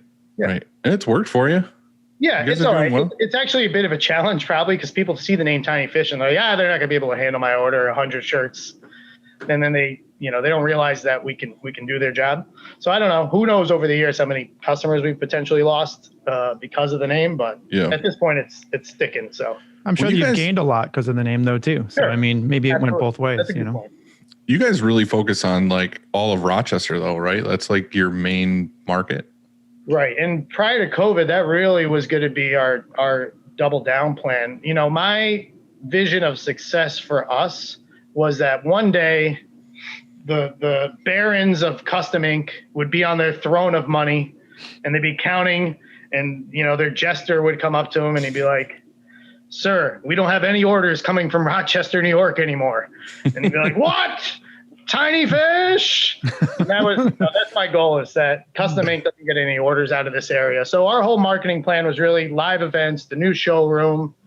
We had right before COVID, we had a food truck out here. We did live printing out in the parking lot. We had kind of like a block party. I was there. Yeah, that's right. That's when you came to do the M&R video. So yeah. And then everything blew up. So now we're working on our new marketing plan until things come back a bit. But it is very regional, very local centric. Right. What, so was that like you guys kind of before had like a business plan of like, all right, we're going to double down on Rochester? And is that why you bought that property next door to do the fancy showroom and all that stuff? Or was that kind of always in the works? Yeah, I think, we had decided we really wanted to focus on Rochester pretty early on. The way we looked at it is like, it's going to be hard for anyone to compete with us locally. Right. Once you get outside of the local, there's a lot more competition, a lot more price gouging. Right. And I figure, we're not going to compete with California with 5-day shipping and all that kind of stuff. So why not really focus in our area? So we had started formulating that idea. Let's join the local chamber of commerce. Let's meet as many people as we can. Let's join whatever our young professionals groups. Let's go out to fundraisers, the local breweries. Let's do events at our space. Let's invite people into our space. Let's volunteer at whatever we can volunteer. We always envisioned ourselves as a community-centric kind of print shop, and it was kind of like put our money where our mouth is. Like, we say we're community-centric, we say we're focused on this, we say what are we actually doing to help our community or be involved in our community. So that was part of that thought process. There is like, let's just double down on this plan. The community's been great to us. I mean, I'm not native to Rochester, but I came here 10 years ago, and I don't know that we could have had the success we have now if it wasn't for that word of mouth, people in our community spreading the word about us. Yeah, you guys are definitely the shop that I think of when I think of that area, like Rochester. It's like that's just where Tiny Fish lives. What shop do you think of when you think of St. Louis, Dylan? Definitely not ShirtCon. We're opening a new shop in Whitney Point, actually. That's fine. I don't do any I do barely any local business anyway, so you can take all this shit. Right next to the Arby's. I like it. Then we can just hang out. All I'm hearing right now is that we can hang out more. Yeah. It's funny because I went to visit Dylan. It's funny to see how far you've come, because I went to visit you early on, and I drive past Dylan's shop to go to my parents downstate in Poughkeepsie. And I stopped by his shop one time on the way back, and I walked by one of his presses, and I think it was either on press or on the side of the press. There was a pallet with no rubber on it. I think maybe the whole press had pallets with no rubber. I go, pallets with no rubber? Man, what's up with that? And he looked at me like, what are you crazy? Why do I need rubber? What do we need rubber for? Those were the youth pallets. Yeah, you looked at me like I was it was the craziest question. It was like a moment like on Who Wants to Be a Millionaire when they asked the silly, ridiculous question and the guy completely freezes. He was so indignant that I would ask him why he wanted rubber. I'm like, I don't know. Who needs rubber? All of a sudden, I didn't even know why we needed rubber. Exactly. I was driving back to Rochester afterwards, and it's like another hour and a half or 2 hours. And I think it probably took me 2 hours. I'm like, what the fuck am I talking about? Of course you need rubber on the pallet. I let that guy choke me out down there. Yeah, I was right. You were wrong. Admit it. It's over. Yeah, you're right. What were you? Long story short, I ripped all the rubber off my pallets. I said, forget it. And your prints are that much sweeter now. I'm doing that tomorrow. Right. I had no idea. Yeah. Yeah, but But you guys are crushing it, so it's awesome. It's good. Yeah, and like I said, now we got these new fancy offices. It just reminded me of your fancy offices. Yeah, no, they look cool. I got to come by. I went up to see yours, and I was like, "Fuck!" Now I really got to double down on the office. It is nice to have a nice office, especially much in the way that you guys are doing with the different sizes for the. It's like come in for the local customer that needed to see the stuff, like we do water-based, we do plasol, we do the foil, we do the glitter, we do the metallic, we do whatever people need. Right. But how do you can't always display that really well on the website or through videos, or people need to see it sometimes. So that was really the idea, is like, let's be a place where local guys can come in and look at what it is that they need to do and see the actual options. Because, they would walk in and all of a sudden they would see the metallic and be like, oh, you could do metallic. Or they would see the water-based. Oh, that's actually what I want. Or they see the relabeled shirt. Now they want relabeled. Then they see the fulfillment. They go, oh, I don't want to pack these up myself anymore. Why don't you guys do it? Yeah. So well, we got to the point where we didn't necessarily need the space. Like, it wasn't like a necessity, but it was the thing of like, we were starting to get a lot bigger clients that were like driving hours to come here. You know what I mean? They're like, oh, I'd love to come to your shop and like look at samples and look at all this other stuff. And then they drive like 3 hours and then they come into the office that I've had since we've been here, where it's like me, Chris, and someone else in the same room. And then they grab like a folding chair and sit next to my desk and like look at shit. And it's like, as a business owner, I'm like, this is not that professional. And like, they drove all this way to find that out. So like, I really just wanted to like get the space to where they came in and they were like oohed and awed at like, oh, this is actually a legit thing. And it's that first impression thing. Like, I just wanted to make sure it was on point. But yeah, I mean, it's great now. I have my own office. Like, if I want to shut the door and curse like a sailor at myself, I can. So. And I think it's important. I know the SureCon guys there have a pretty awesome office, and looks like a retail location. Is it like a strip mall type of situation? It's all to himself now. Oh, okay. Yeah, it used to be I guess it was a strip mall situation, not your typical strip mall, because it's sort of an industrial complex too. Like, we have a dock and things like that. Yeah. But as other tenants left, we sort of just took their space, and so yeah, the whole building's us now. That's great. Now, do you get road? People see you from the road when they drive by? Yeah, we have exposure. We have a sign, and I mean, I told the story before, but once I picked. Before I picked this spot, I counted cars. I wanted to make sure. Yeah, like ruthless. I wanted to make sure that there was a certain amount of traffic out front, because I knew that a certain amount of traffic equaled, that will take care of my rent, for example. Yeah. We have the same sort of support that you've had in Rochester. Our location here, we've grown, and with referrals and everything, our community's really supported us too. And so, I mean, we wouldn't be who we are if it weren't for our community. That's for sure. And we are a customer service company. I know you were saying something about, you ultimately fixed that order. Yeah. We are a customer service company first, before we even are a screen printing company. Zappos way. Yep. That's what, I mean, it's just the most important. Sometimes I forget that, because I'm so involved in printing and so involved in every part of the process. I forget that really what we are is trying to just make sure everybody's happy. And we're a customer service company first, then we screen print, and then we do marketing maybe third. Yeah. I don't know. Maybe we should flip it. Maybe we should do customer service marketing and then screen printing. It is tougher. I think Andy, you and I think are similar in that sense that we're both on the shop floor more. I know Dylan is definitely more in the marketing and the sales. And like, I sometimes look at Dylan, I'm like, yeah, I mean, this is what I should be doing in my time. But, instead I'm out on the shop floor pulling shirts or catching something or fixing something that went down and you do get caught up in the kind of operational stuff. I think a lot. I know I do more than I probably should. I agree. I think it goes both ways though. Like, I feel like you guys might be out on the floor and you're like, man, I wish I could do more marketing stuff. But my thing is I do go out there and I do help when I can, but I'm definitely in the office way more. Yeah. But that's also the other side of it too, is that like, I'm not out there ever. Like, I know everything I can, everything I know to this point about like the technical side of screen printing, like everything I can do out there, but I'm not actually doing it all day long. So like, if I go out on a press, like I need someone to sit there and show me like how to do something again, because I forgot like actually like the switches and everything on the press. Cause like I don't run it every single day.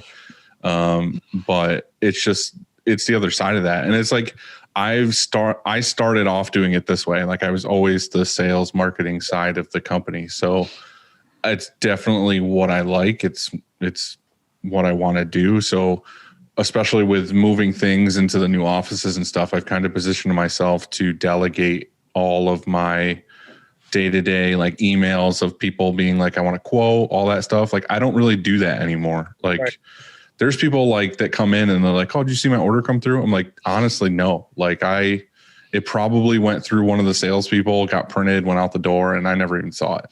Yeah. But that's really what I want to focus on. I want to focus on like cool new like branding and marketing things, or trying to go out there and get like, big clients that I really want to work with that are in our niche market. Sure. That's what I want to focus on. I mean, I do love the printing thing. I love going out in the shop and seeing things being made and figuring out new cool ways to print things and do things. But I'm envious of you guys, like going out there and running the press and playing with stuff all day long. Yeah. But I find myself in operations often. I like it. I like walking out and setting up a job or offloading or something like that, mixing an ink, all that stuff. I love it, in fact. But whenever I'm doing that, I usually think that like I've done something wrong, like I shouldn't be, I should be doing other things. Yeah. But I don't know. I don't know. I would miss that. Whenever I get out there, I feel like it feels good. So I don't know.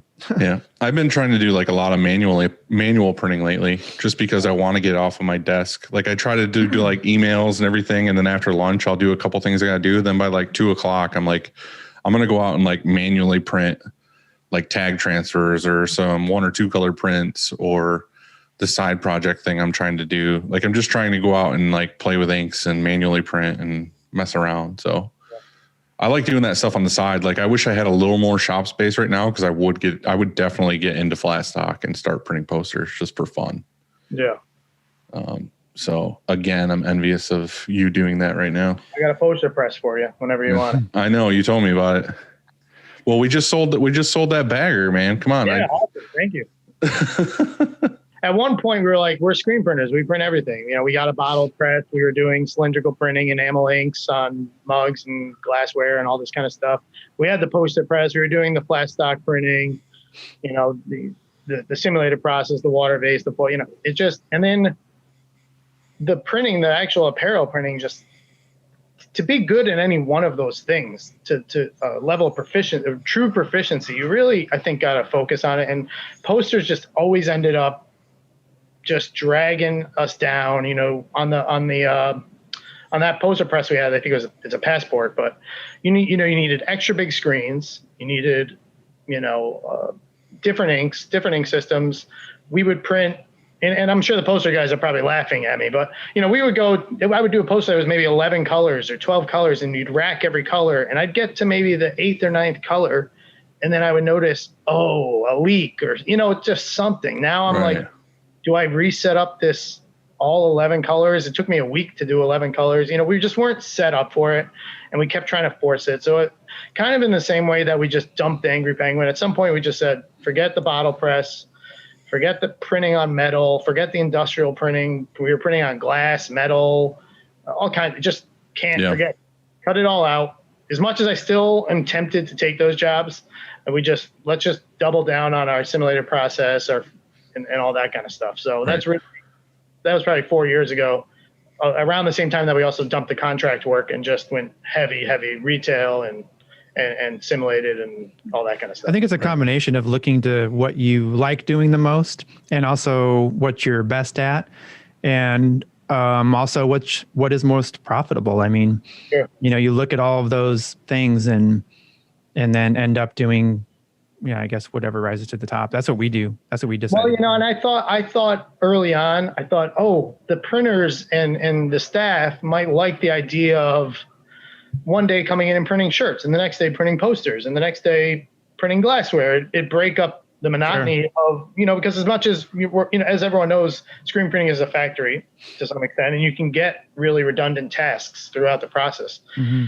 And it ended up being the opposite. People just got really frustrated when they had to move over to a piece of equipment that they didn't really know how to operate. And then I would be frustrated, and then the whole job would, so we found just that idea was flawed, at least within our work environment. People didn't want to float around to multiple types of equipment. They had the thing that they wanted to do, and that's what they wanted to work on, and that's what they wanted to focus on and be proficient at. So why fight it, really? Sounds like a win-win then.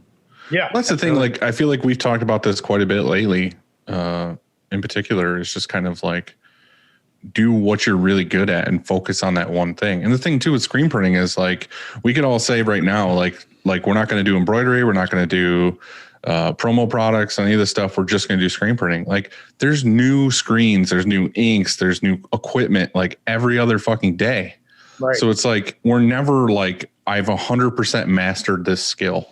Right. It's like, you're constantly chasing like what's new. And now the whole new thing is like hybrid printing and everything. It's like, okay, do we learn that so that in like 5 years we're ahead of the curve and we know how that works really well. So then we're a relevant screen printer and we're, so on. So I feel like that's the way we've always gone, is like, let's just be really good at screen printing and people come here for apparel printing and that's it. So when did hybrid become digital squeegee, by the way? I remember when it just used to be discharged with plastisol on top. Mm-hmm. Now I'll say like, oh, we just did a hybrid print. Everyone's like, when did you guys get a digital squeegee?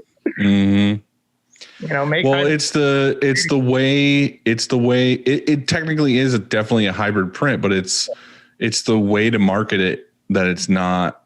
They stole it. They stole the name. Right. Yeah. We got to think a lot. DTG kind of has a bad name and has had a bad name for a long time just because of the quality, and they're always trying to improve it. And now they're like, well, the difficult part that DTG had was getting a good white underbase. And now you can do that because you're screen printing it. Right. And then the hybrid is that you're putting all the light colors on top of it with a machine instead of, mixing inks yourself. So have you guys seen a hybrid print like in the flesh from a actual production facility and not the samples? I haven't been to a shop and seen one off the thing, but I've seen a lot of like M&R versions and stuff. I mean, obviously those are like, I ordered some from DFW guy. Yeah.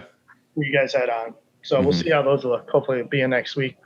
Yeah. You mean because you had a job and that you needed done and you went through him, like contracted out? Yeah, pretty much. It was cool. It's a personal project that I'm working on, which is like stock related stuff, which happens right now to be going crazy anyway. But, and it was like a 90 colors or something, like an illustration of Goodnight Moon. Remember that book that everyone had when they were kids? Mm-hmm. It was just like a take on that in the stock market, but it was not something that we were going to be able to print. There was so much little writing on the books and all this kind of stuff. So I was like, this. If there's a job for the digital squeegee, this is it. Right. So Chris Tanner said, oh, go check out my boy DFW. So we sent it on down to him. Right.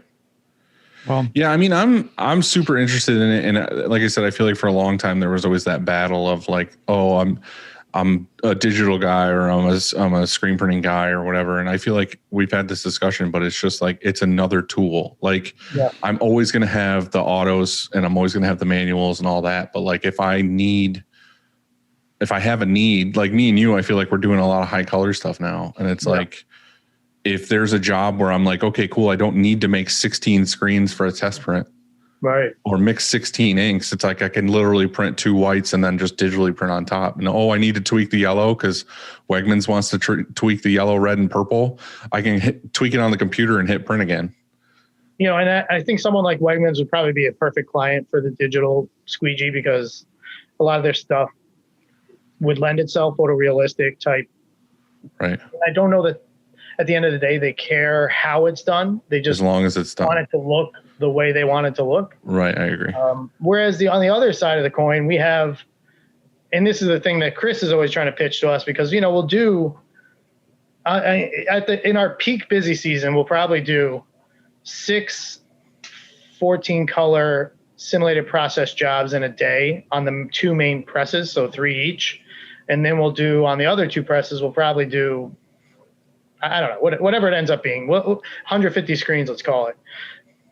But those, he's always trying to target those simulated process jobs because they'll tie up those big presses for the entire day. And it is a chore to even get 3 of those done in one day with the teams. And it's like, that would be the perfect job as far as screens to eliminate. But the client wouldn't want that product. What they want is the discharge underbase with the plastisol on top hybrid print, or the old school hybrid print, or whatever it is. But no, I agree with you. And especially, like, I know some of the clients that you have and that feel like that vintage or old school feel of, you know, you're doing simulated process and you're like blending things, and you're not putting like a big white underbase and printing black on top. You're like fading things into the shirt and making them look smoky and all this other stuff. And I feel like that screen print is the best feel for that. Yeah. Well, it when it's done and when it's washed, it feels like a water-based print. You don't feel it. Doesn't have any feel to it. Everything's, you know, we print on 305s on top of the discharge underbase. So and the inks are thin. So by the time they get in on top of that discharge, it just soaks right into the garment. And we're printing wet on wet with those simulated process jobs. Right. So we're printing that first color and then 14 straight through. And by the time it comes through the dryer, you can hardly feel the print. And then by the time they wash it once, you don't feel it. And unlike, I think, the digital squeegee stuff, it always still has that kind of digital feel. I think from the ones I've seen, it has that kind of like crunchy, like an overall shine too. Yeah, there's like a little bit of a sheen to it. And so in that case, it wouldn't help us with those customers. It would. Right. I'm sure it would help us with our corporate wear, left chest logo, 6-color corporate logo. That guy probably doesn't care how we do it. So I think for shops like us, at the end of the day, it doesn't really matter how we're doing it, as long as we're providing the customer with what they want and then controlling the customers. And I think that's why it's nice that none of us are really contract shops, because we've definitely been in situations in the past where someone tried to hold us to the fire, like, oh, we'll just leave and we'll take all our customers with us. And like, fuck that. You don't even know what you're doing. What do you take people where? Like, you don't even know what a squeegee is. Which is another funny story. We had a broker at one point, and this was kind of the beginning and the end of our broker story, but he didn't know anything about screen printing. He would just get in the middle of these projects, and they had a pretty big client base, and their client wanted to come see his shop. So he flew them into town. They flew into town. We rebranded our shop like it was his shop. And he kind of walked around like, hey, this is the Flimmy Flommy in it. And he was just saying ridiculous stuff. And the printers were like, what? Who is this guy? Like, he's calling the flood bar the squeegee and the squeegee the flood bar. Like, it makes no sense what's happening. But and then we all went out to dinner, and he was like trying to dictate how we should do things. And we don't use Mac computers here because I don't like Macs. I'm just not a Mac man. I like PCs. We build our own computers. And he said something like, well, you guys don't use Macs? Like, I was like, what is the Mac is not going to do anything different than the PC did as far as getting a screen to press. I don't understand what the difference is. So he was like trying to demand that we would buy Macs and switch our shop over to Macs. And then he wanted us to buy this automatic tape gun. It was getting crazy. I was like, this is not a life for me. I can't hang like this. Right. Yeah. I don't want anybody to feel like they, have that over me or anything like that. So no. I don't want to do that either. Before we get on to the shop hack, I have something I need to show you. I have a tape update. All right. So is this the cardboard tape thing? Exactly. Yeah. Yes, it is. Dylan. Hold on. Before you even get into your update, Tony's a very technical man, and I want to hear your opinion. The cardboard? Yeah. I thought a lot about it. I did. Oh, well, thank you. All right. Yeah. I appreciate that. Thought about how dumb you are. Well, it reminds me a little bit of those shields that they used to sell for the Newmans. They had those like, I don't know. Are you guys familiar with them? They made these like a plastic shield. Yeah, it was like a plastic shield that would go inside of your frame on the edges, and you would reuse them to keep ink off of the frames and stuff. How do they stay? How would it stay in place? That is a great. I don't really ever remember. We never dabbled with them, but I think you could probably still find them out there somewhere. Maybe some of the old timers know about them, but there was an effort at one point to have this like reusable card down the side of the screen. As far as your idea, I don't know. I'm not sold on it. I'll say that much, but. Well, what's the update? Let's hear the update. Andy called me the other day, and his update's actually pretty good. So. Yeah, I'm ready for it. I had several people send me, I don't know if you're going to be able to see this, but you see that guy? Yeah. See that Action right engineering. there? So that's an Action Engineering insert, and Is it cardboard? it's No. metal, so it's like $300. It's metal. It goes in your screen, and it's intended, I think anyway. I don't know. I need to call Action because It's meant for large runs. It's intended for large runs. So you know how you can have a winged flood bar, and it directs the ink back towards your squeegee. Well, there's still some on the edges that escapes over time. And so let's say you had to run thousands of shirts. Well, you could use this, but it's not very cleanable. And I don't think anyway, and probably I don't know how effective it would be. It would really work on large runs, but not for what I was trying to. Right. I was trying to prevent ink from getting on the frame, right? And so I Zoom called PMI and I pitched them my cardboard insert idea, and they're not reusable, right? Your idea is not a reusable cardboard. Not reusable. Yeah, it was not reusable. Okay. But they had super eco-friendly. They had the same reaction.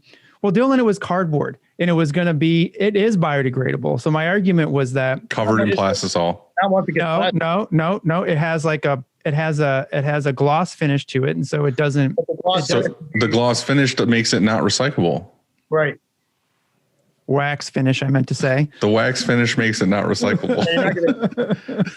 Okay, so maybe it wasn't. Are you going to hand wipe all the cardboard before you recycle it? Yeah, with what? That's the whole thing. Then you're wasting wipes. Jeez, right. You are killing this planet. What's the rest of the update? Okay, so I told them about my idea, and I said, "Look, it's just an idea. And that's what ideas are. You start with an idea, right?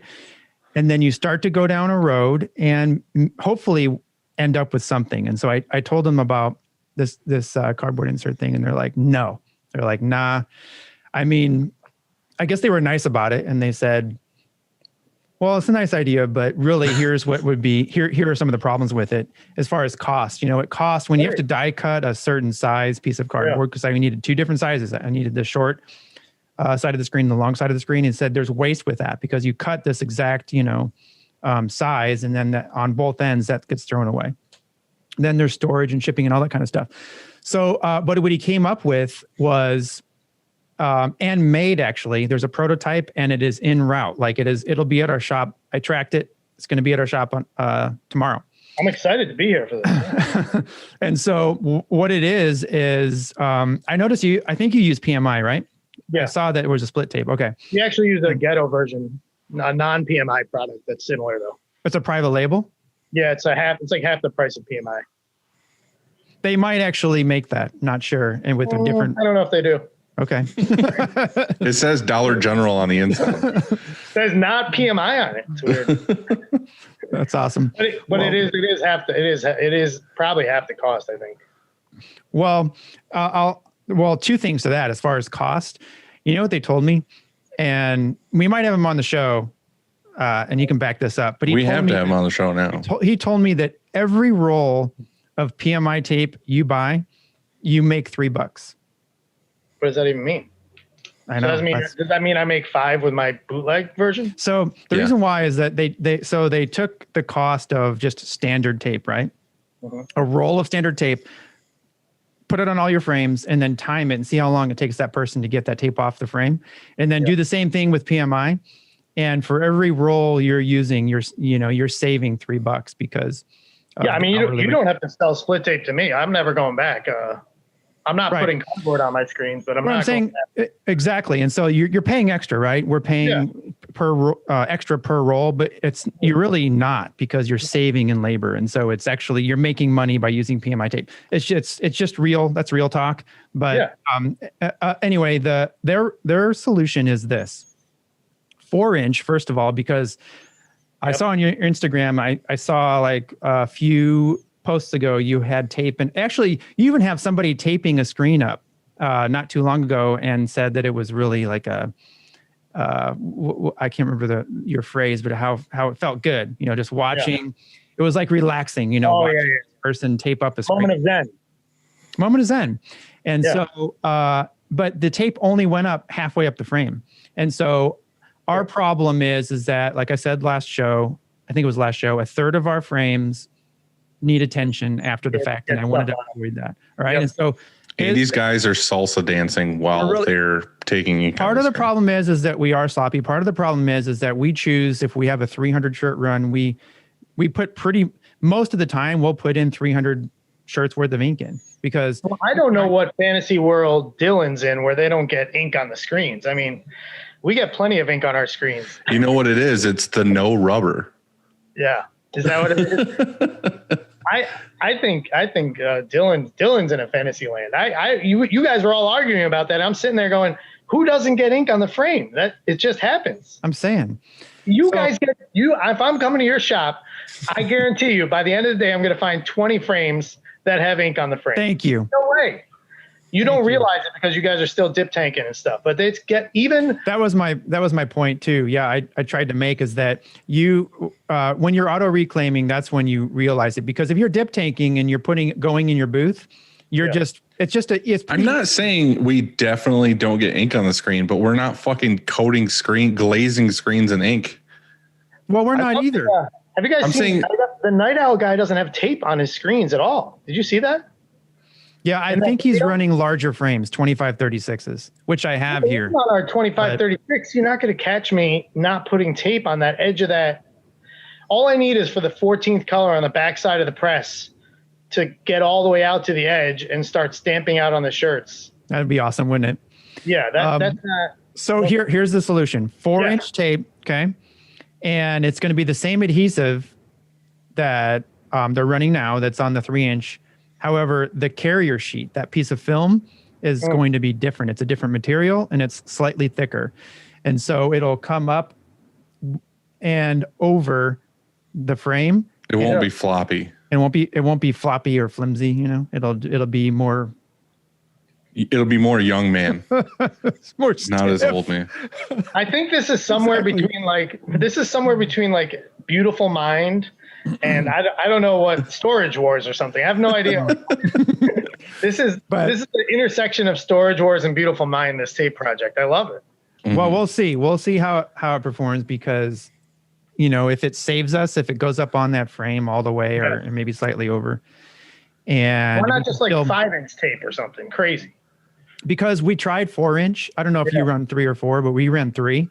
We tried 4-inch thinking that would be the solution, and it wants to tear, as you're peeling off, it wants to, if it's fresh, not so much, but if it's a few days old or a week, it wants to tear. And then that defeats the purpose of going fast. Then it's actually slower.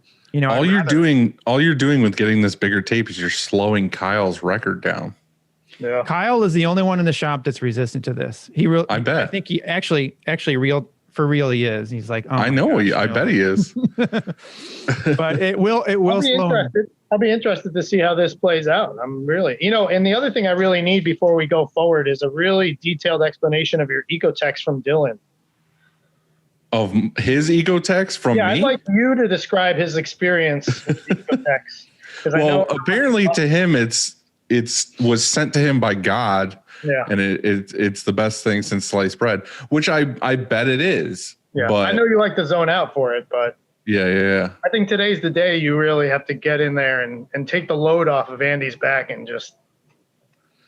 I know. Dylan was here. He saw it with his own eyes. I know it's a great machine. I know it's the Cadillac of washout booths of reclaims, but it's just like, it's not meant for every shop is my thing. It's massive. It's 100 amps. And like he has the space for it. Like Andy's shop where he has his Ecotex is like, could be someone's showroom. Right. Like it's beautiful. It's got fucking windows, got perfect concrete floors, lighting. He's got tons of space to move around. Like if I was to put that in my shop where it would go, you wouldn't be able to move around it. You wouldn't be able to walk next to it. Well, and that's how we ended up with the smaller version, because we don't have power. That second building or the third building that we put it in, we have the space, but we just never had the power. And that I still wish we had the bigger Ecotex. Well, tell us about what you just did. Didn't you just buy another unit or something?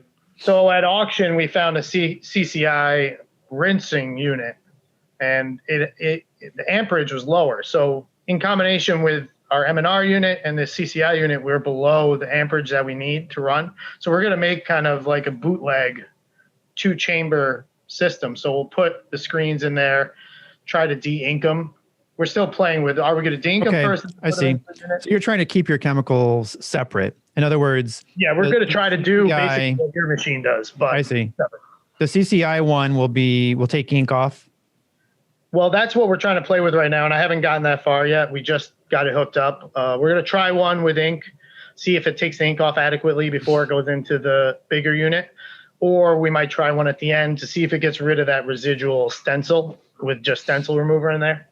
Because we still have to power, with our unit, we're still power washing almost every screen as they come out. And I've spent time with EasyWay and Chromaline and everyone in climate control and bigger dehumidifiers and checking our EOM on the stencils and balancing the chemicals in there. But the pHs are battling each other for the stencil and the ink in that tank. And if any little thing goes off, or if that balance comes out of whack, having both those chemicals in the one tank just doesn't. What are you power washing off? Yeah, emulsion or ink, or what do you? Both, especially on the white screens. We'll scoop as much of that ink off as we can, especially if it hits the frame or something. Then we're still having emulsion or ink. But there's, it's not like all over the screen. It's still helping a lot, but we're still hitting it with the power washer. You have an auto coder? We do, yeah. Okay. So that was like my deal was that I had Tony on one side and I had Andy on the other side, where like I was trying to find something that best fit my space. And I went to M&R obviously and said, this is what I want. Tell me about the 2-chamber. And they were like, oh, you could use, and I called Cameron about it because I kind of buddies with him and I trust him to tell me the right answer, not the sales answer. And, he was just like, yeah, he's like, the 2-chamber works, all this other stuff. But he's like, if you can, you should definitely go with the 3. And it's like, well, I don't want to buy the 2, spend X amount of money on the 2, get it installed, and then realize in 6 months, fuck, I wish I got the 3. And you can't add on to the 2 either. It's like, you either need the 2 or you need the 3. So I'm like, well, I'm not going to half-ass this. I'm not going to get the 2 and then wish I had the 3. So that's when I started looking into other options. I started looking at the Lotus and I started looking at the InPro and like all these other things. And then I'm finding out with certain ones that I don't want the Lotus because I don't want the brushes, because they get ink on them and they're just fucking smearing ink all over the place. That's a weird idea, the brush idea. Yeah. So now I'm looking at different things where there's machines that are kind of in the middle that aren't as known, that don't have brushes, but do a lot of things that both machines do, but it fits my space and it's less amps and all this other stuff. So I don't know. We'll find out here in the spring. I pretty much get my funding back together to where I'm going to buy something in probably between April and June, July kind of area. Yeah. So we'll see what happens. But screens are such an issue for all shops and nobody wants to clean them, but we all need them every day. I once thought of, I could get a semi and have like a mobile screen washing company, like what if you had like 2 eco texts in a semi and you just drove up to a shop and you cleaned all their fucking screens in like 20 minutes and then went down the road to the next shop? How much is that worth? Like, what would you pay, to have 100 screens or whatever cleaned, and you don't have to touch them, just let's do it. Whose face is on the truck? Mine or yours? Molded into one. Well, they have those mobile canning trucks. So if you're a brewery and you need canning, they'll pull up and can all your stuff. So oh, really? Not too similar. Now, do you pull this whole? You come in diesel, the whole truck pulls up, 10 screens, put them through, just roll out. That'd be so cool. Yeah, is there a limit? Like, does someone have to wait until they have 400 screens ready for you, or? Yeah, it'd be like the shred truck that we called a while back. So there's like that. There's like the first screen is a certain amount of money, like that first can. $500 for the first screen after the $1. Yeah, right. I love Makes sense. Yeah. So how's the fam, man? How's the baby? All is good. Since COVID, she's just getting to 2 years old now. So that's been the biggest, obviously with COVID and all that, but I'm an old man and I have a young child now. So, and that's been the biggest change for me. And this year beyond COVID is like, I can't get away with what I used to do, which was, I'd come in first thing in the morning, 7:00. And in the early days, I might be here till 12, 1, 2 o'clock. Right. And even if that was for my own inefficiencies, I was here and I was getting it done. And now that I have a kid, it's like I can't be at the shop until 2 a.m. No, you got to do what I had to do, which was basically you work till 5:30, 6 o'clock. You go home, you make dinner, you bathe, you read, you get them tucked in. And then when they go to bed at 8 o'clock, you come back to work till 2 a.m. No, I don't do that. I did that for so long. There's definitely an advantage on. It's something I've thought about. Like we've gotten to where we were because we were able to put in a lot of hours, and I have the knowledge base that I do because I was able to do a lot of hands-on stuff, install the presses, print them, blah blah blah blah. But there's something to like what would everything be like if I had the kid when I was 20 something, or That's how I feel. Yeah, I would have an adult on my hands instead of a small child, and it's just something you think about. Like, would I have learned to do maybe what I should have earlier in the business instead of making up for my deficiencies by just spending more time here? I don't know. I feel like it's that grass is always greener thing too, because like you're thinking about it that way, and I'm thinking about it the other way. Like I had my kids when I was 22. Right. So like the entire process of like building a company, putting in long hours in the beginning, like I had a kid. Yeah, right. Like I had to deal with all that stuff. And it's like, I think about now, I'm like, man, if I didn't have kids, like there's so much more shit I could get done because I don't feel like I have to get home to like have family time and all that stuff. And it's like, I think we're in a good spot now. I'm 40. So having my kid last year in where we are as a company, it's good. It's good. Right. Because I am able to not be here late. And we have such a good team. I mean, we have people that have been with us for 10 years. Our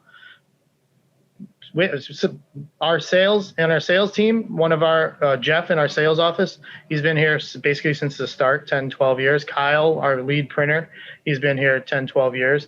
And most other people have been here, we're like 35, 36 people now. And it's like, most of them have been here 5 years plus, but that knowledge base that they have of being in our environment allows it so I don't have to be here as much. Right. I'm not staying late. Even in the busiest time of the year, they're getting their work done before 5, 6 o'clock. We're not here.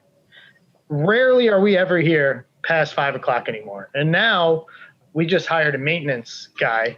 So I'm not here on the weekends anymore fixing whatever proc sensor on the press broke, or 2020 COVID swept over me, and I just saw it all so clearly. I was like, we went backwards. I was back in the shop. John was in there. We were printing by ourselves, the whole thing, furloughed everybody, and then slowly started staggering people back. But it was kind of like, what are we doing here? Like let's lean. Even now in our progress, if we're going to continue to grow, it's going to be because the staff wants it and they want more opportunities for themselves, not because of anything that I really want. Right. I'm happy where we're at. We got the 4 autos, we got the manual, we got the rapid tag, we got all the heat. We're as big as I need to be. Right.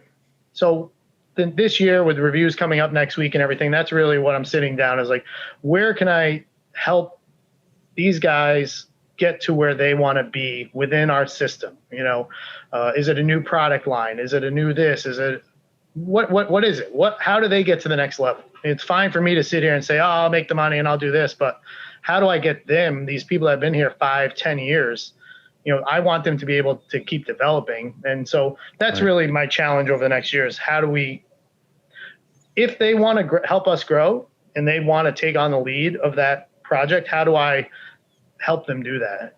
Offer them the support they need. No, I literally just went through that same thing. So I think you have an advantage in a way because you in a way had to, on some level, I think learn that lesson a little earlier because you weren't necessarily printing. So you kind of had to say like, hey man, if you want to print, you got to like look up the videos and I'm going to sell it. I'm going to bring in the clients. I'm going to get it done. But you got to learn, you got to see, that was my thing is like, I always had to do the research, learn the thing, and then teach the staff. Right. You know what I mean? I had to be like, oh, with printing, this is what you do. This is the new technique. And then I show them the video I found of somebody doing it, or talk to the rep or whatever that I figured this out from. So it's like, that's what I mean. Like about knowing all the things. It's like, I'm the one who had to do the actual like research to figure all these things out. And then because I'm not printing and I'm not out there, I just have to like show them and teach them and be like, hey, this is what we got to do. So yeah, it's weird. I did promise Match Play Screen Printing, who's a local shop to me, that I would tell you guys a story. Ricky Deals. Ricky Deals. When we first got our first press, we didn't know anything about screen printing. We got this project for this band called Why, WHY ? And they needed 1,500 shirts shipped to France. And we were like on MySpace, clicking, emailing people like, hey man, let us do your shirts. That's exactly what I did. Yeah. So they reached out and like, yeah, we need these shirts, 1,500 in France. So it was 4-color, pretty simple design. We only had one palette on the press. So imagine this. We got a press with one palette, 4 colors. We had hired a guy to come in and help us out one day, and he only kept the one palette on there. So he did this 1-color job, 100 shirts, printed it, moved the palette over, flashed it, brought it back, printed the other color, took it off. And that's how he did the whole job. And I think he did that now because he knew it would take him, he could milk it for 4 hours doing it with one palette and get the hours he needed because that was the only job we had for him for the day. Right. Well, fast forward now we need to print this 4-color for this band, and it needs to go out in a couple days. Well, we only have one palette on. So we start printing and we're doing 1 color, over, back, print, over, back. We're not spinning it around. It seems ridiculous. Right. Like, why wouldn't we spin all the way around? So we're doing this. I'm sleeping on the couch. My business partner, is printing. He's sleeping on the couch. I'm printing. We're going all night to get this job done. The next day, we're still doing. Maybe we're 300 shirts into this run, and like the clock is ticking. All of a sudden, AJ's dad from Davis International. I don't even know. We were in this industrial building with thousands of other businesses, just a random door. I don't even know why he was in the building. He walks into our door. He goes, "Oh, you guys screen printing in here?" I go, "Yeah." Look, he's a heavier set man, and he's got bare feet on, like the Messiah just walked into a shop. He goes, I know him too, so it's even funnier to me. Yeah, bare feet on. He looks at me and he goes, "What are you doing?" I go, "We got to print this job." He goes, "Why don't you put the other pallets on the press?" I go, I don't know. What do you mean? He goes, "Put the other pallets on the press and load multiple shirts and spin it around and print like all the colors you need." I was like, "Oh my God, I have no idea why we're not doing that." And I swear to you, I turned around, he was gone. He just just gone. So anyway, we put all the pallets on it and we printed it up and we made the deadline, and we learned that we could put all the pallets on the press. That's how new we were to this whole idea. So anyway, fast forward a couple years later, there's this giant, we now have moved on. We've got our first auto Diamondback air press. We've got our two manuals, and we've got this old workhorse power quartz dryer, the one that takes like 150 amps, just ridiculous, 5140, I think it was. And we wanted to vent it out the side wall. Well, the side wall had this easily 1,000-pound old school dryer. And we got on, and we're on the 4th floor of this building, or 3rd floor of this building. And it's, so I'm like, we're just going to push this thing right out the side of the building. Just push it out, let it slam down to the parking lot, because there's no way we're going to be able to bring this thing down. John's like, "Yeah, that's my business partner. It's like, that's a great idea. Perfect idea." That sounds wonderful. Yeah. So we get on the ladders. We start on doing the things. We get ready to push it out. In comes the devil character for this tale. He stops in the doorway again. Random guy in the doorway. "What are you guys doing?" "Oh, we're going to push this dry." "Oh, no, you can't do that. We got to rig this thing up. We got to put some ropes on this thing. We're going to rope it up. We're going to put it on that hook in the ceiling," because we had these 5-foot concrete floors in this building with these old metal like hooks. "It'll be perfect. We'll lower it down. Done."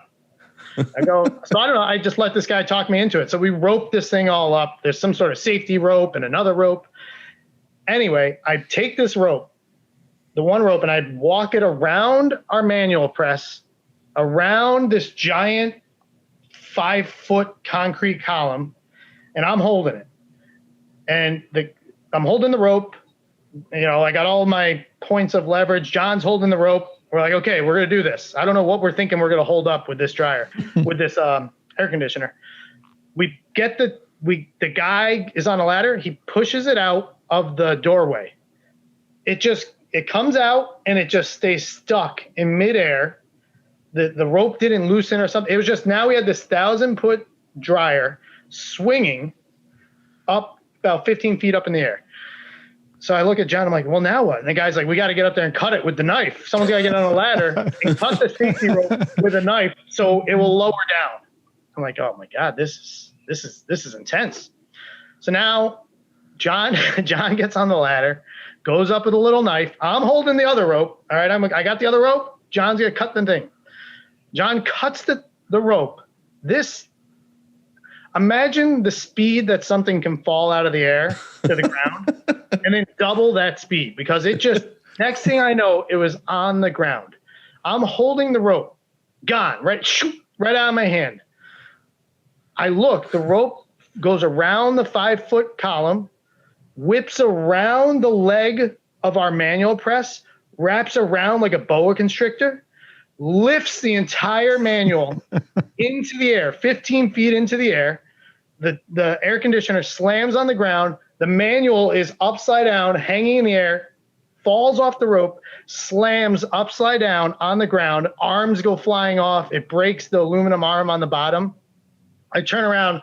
The guy's gone. Poof. Disappeared. He was like, fuck that shit. I'm out of here.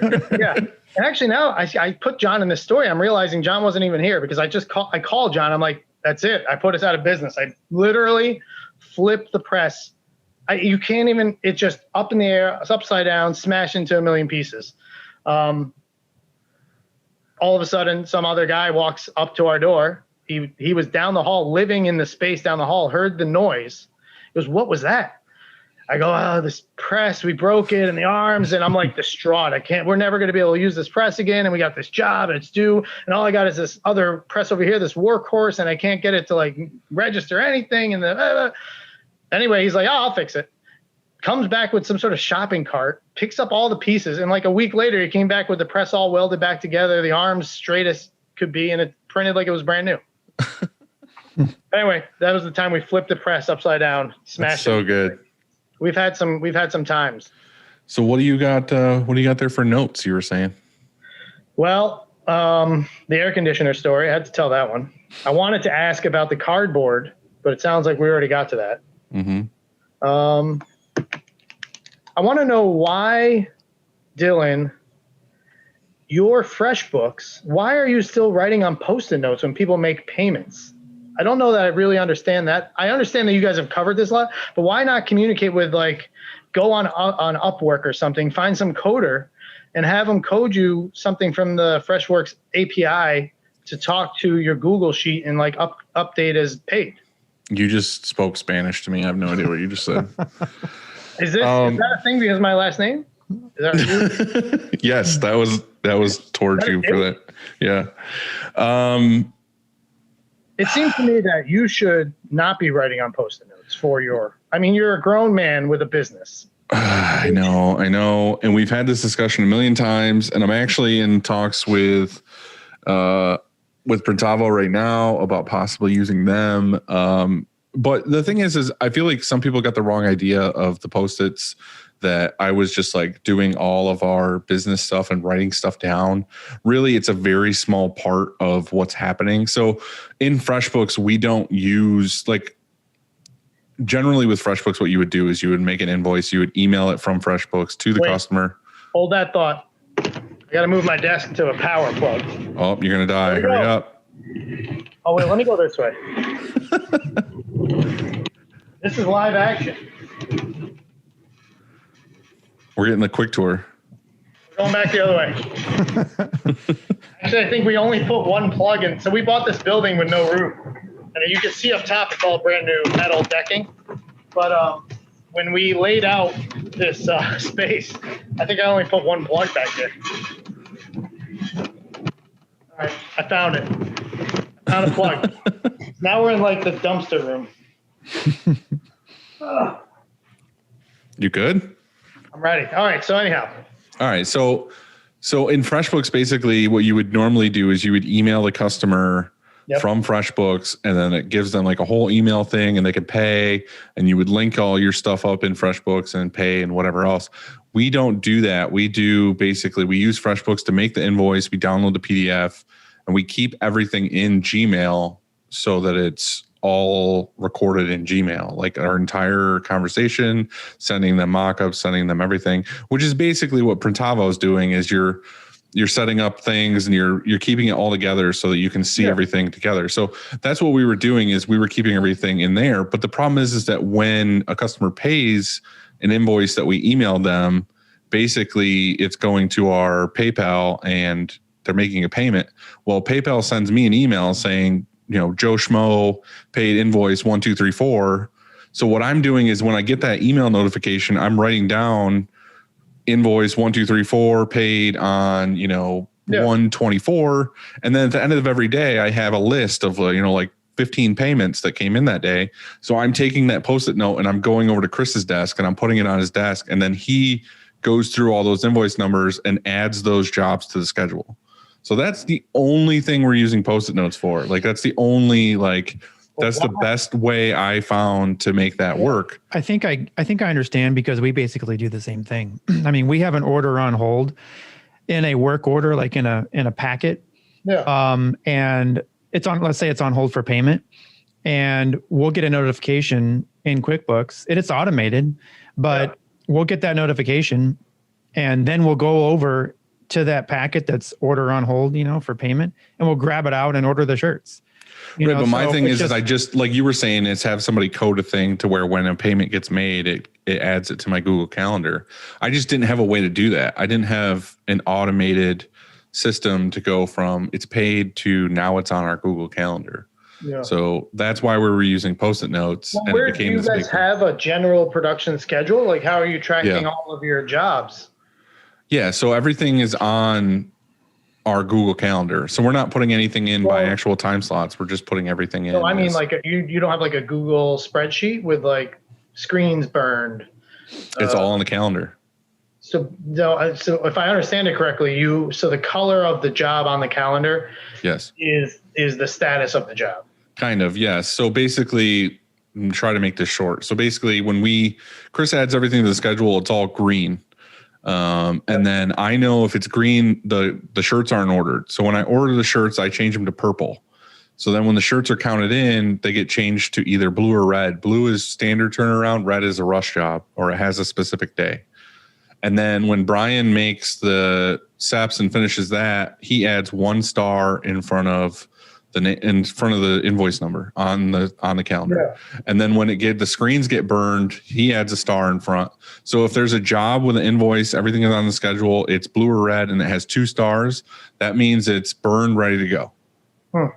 So that's the whole system. We change, and then when they finish the job, they change it to gray, and then the job's done. But the nice thing about it is on Google, when you click on that job or whatever, all the notes are in there. It says, like 100 shirts, 4-color print.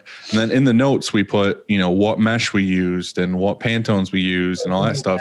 So with Google, you can always go back. You can always be like, oh, what did we do last time? And you can pull up notes. Like he's like, oh, I had to PFP this color, or I had to change out 123C to, a different color. And it's all notes that are all kept in there. So that's what I'm saying. I like the Google. I like Google. I mean, we use Google. Right. Our whole shop was run on Google for a long time. Google. But that's my thing. Is like we're using Calendar, which works totally fine for exactly what we're doing, and then we're using Google Drive for all the customer artwork. Yeah. So that's pretty much the whole thing. The only thing we needed was something to make invoices, which is we decided to go with FreshBooks instead of QuickBooks. I think it's a slick little tweak on the Google Calendar to change the color as the status. So let's say tomorrow you add this thing to the calendar on a Monday. Are you dragging that job along the calendar until it's done? Like, where do you schedule it out? Like, so usually we're booked up like 2 to 3 weeks or whatever. Yeah. So all the jobs that are on the turnaround for this week are already on there, and they're chunked up by press. So at the top, it'll be everything for the gauntlet. And then at the bottom will be everything for the sportsman. Yeah. So that's why I said, we're not using the actual hours. We're just chunking it up for each press each day. So on next week, before it says the invoice number, it'll say like MS 214. So that means it must ship on February 15th. So it'll usually be on the next open spot on the schedule. So every day we're looking at the dates of like everything's in order of importance by the date so we write down on the job, no matter what day it's on, we write the day that it has to go out for turnaround. Yeah. So if we finish everything on that day, great. And then we move to the next day. So if there's a rush order or anything comes in, we just chunk it into that day, and then we write the day it has to go out by. And then we're not really moving things all the time. It's more just adding things on to the next open day. Yeah.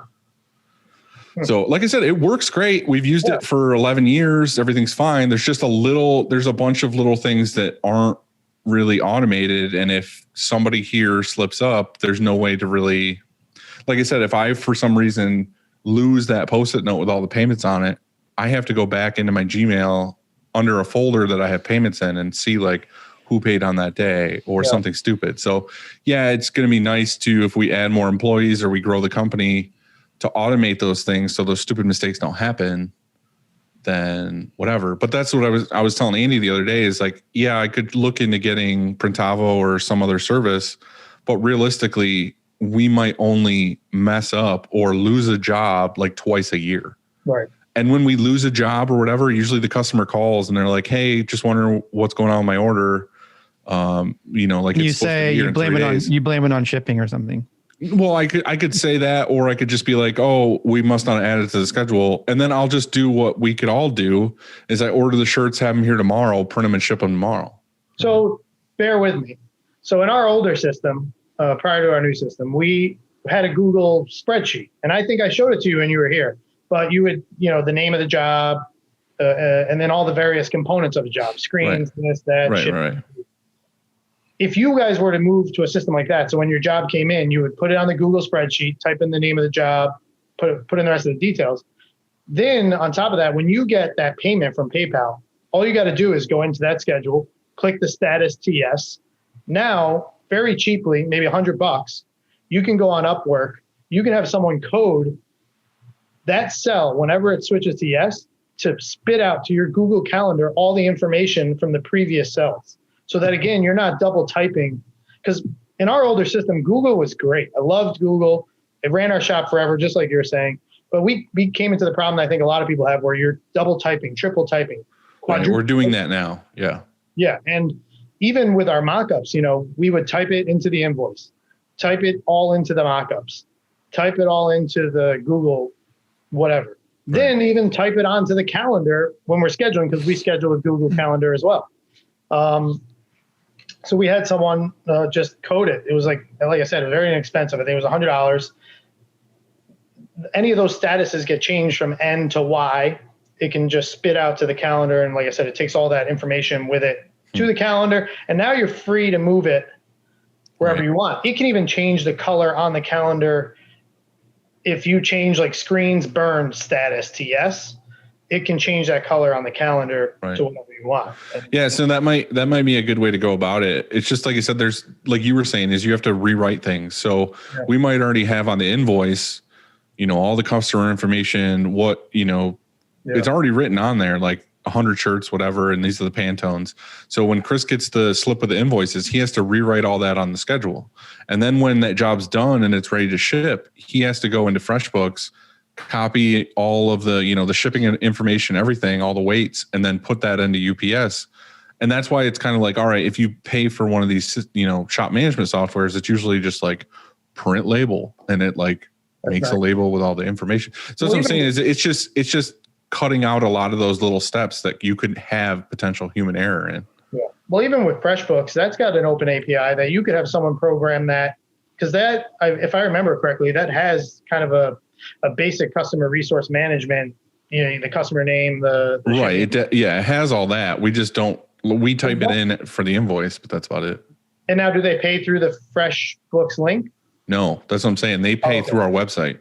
Through your website. So even in that case, if you create an invoice I'm pretty sure you could have FreshBooks take that invoice and copy it into your production schedule for you. So you're not typing that stuff. And then we're back into the other cycle of once this is clicked yes, it just automatically copies. Why can't why doesn't the website link to QuickBooks or FreshBooks? When they pay through, I mean, I think there's potential for that too. Because we basically just have like a pay now kind of button, like on our website, not like a PayPal button, but like you click on pay now. Invoice. Yeah. We're just downloading a PDF and emailing it to them just so I can have everything in the same chain. Yeah. I know we've been talking about this a lot, but I have one more question. So your FreshBooks, can you send them an invoice or a link that they could pay with? Yes. Okay. I just don't, because like I said, I want to have basically in the email chain, when we send an invoice, usually we're sending an invoice and the detailed mockup. And I want to have in that email chain that they approved all that and then they paid.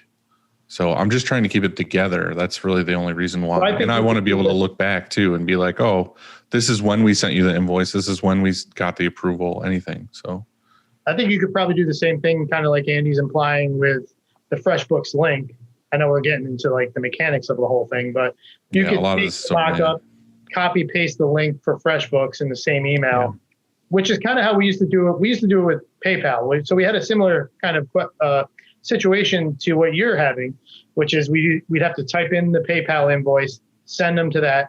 And at the end of the day, it was a lot of work for us, but we just found it was a lot of work for the customer too. I'm a guy, most customers are busy. They want to just order the shirts and be done with it, especially when you're working with an office manager or someone who they've been given this task to go order the shirts. And then I was thinking about it, I'm like, they have to approve, in our old process, they had to approve this. Then we'd email them back. Then they'd approve that. Then they email this. And now we send them a PayPal link. And if they missed any step of that, it might be 24 hours, 36 hours before they're able to approve that. And now here I am saying it's going to take 10 to 14 business days before you get your job. So you're already using this stuff that has all the capabilities that I think you really need. And I think if you talk to one of these Upwork consultant technology kids, like I don't know anything about this, but I just never knew that existed. Yeah, because you could paste it into your mockup, send it to them, they pay for it. It's all in one email, auto updates, shoots to your Google Calendar, Google spreadsheet. From Google Spreadsheet, you got all your statuses. As you toggle statuses, it can update your calendar. Mm-hmm. And our current system now, that's kind of what it does. It's just a fancy version of our old Google Spreadsheet. Yeah, you were telling me you bought some like third-party big system. No, we so 10 years ago we started our system.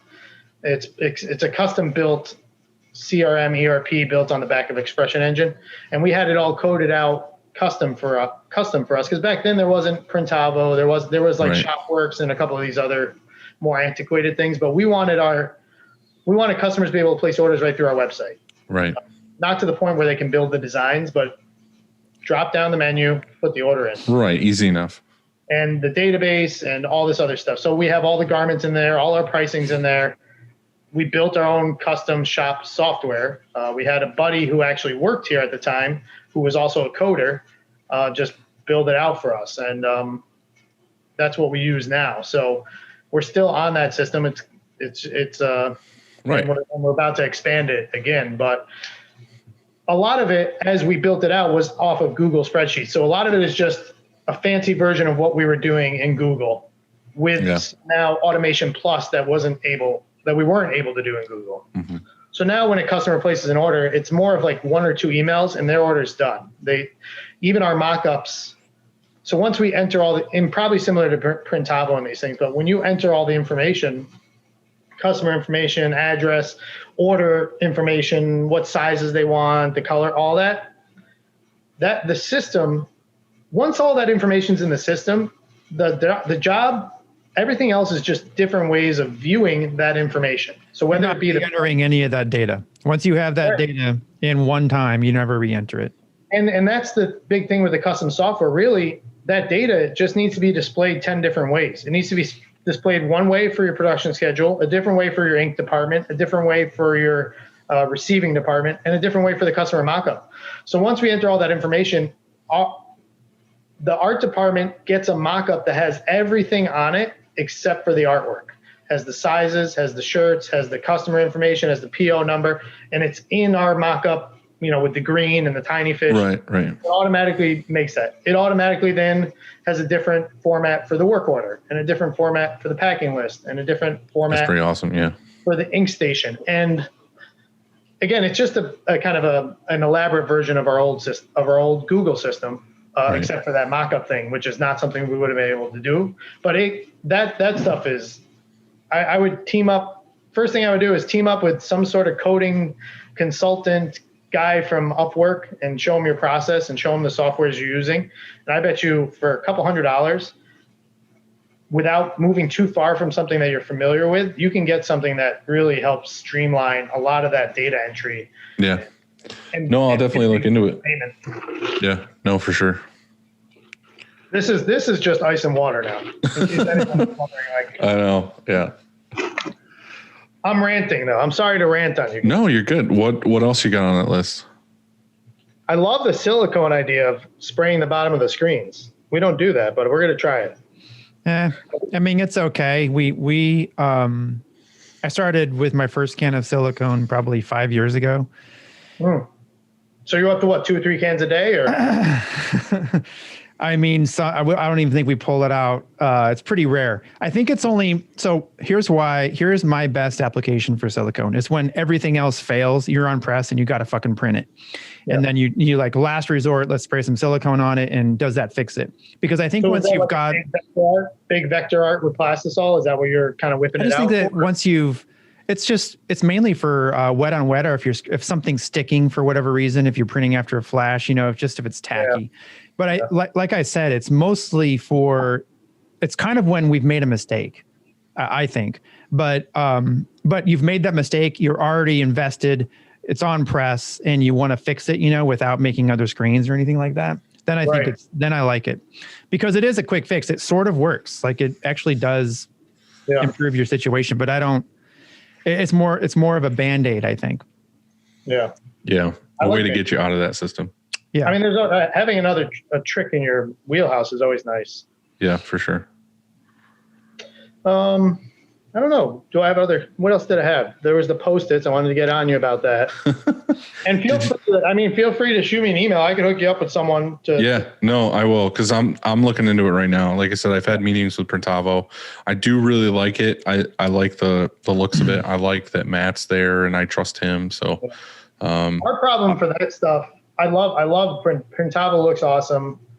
Because we built our own custom thing, it's exactly how we operate. Right. Yeah. And I've had that conversation with multiple people now about this process. And I was like, realistically, whatever works for you, keep doing, because it works for you. And I get people like Printavo, they're trying to make a shop management software that works for every shop, but there's some things that might be overkill on. There's some things that might not be enough for. It's like, it's really hard to get every shop the way you need it to be. So I don't know. We'll see. I'm testing the waters.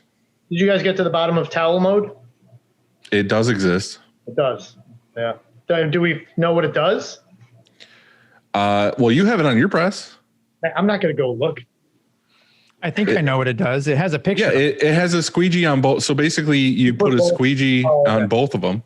All right. And then it prints one way and then prints the other way. What I was told by Oni when he was here setting up the press was, because like towels they have so many thick, big fibers on them, is that if you were to print one way, if you were to ruffle up that towel, there'd be so much white sticking up from the other side of the huge pieces of stuff that sticks up.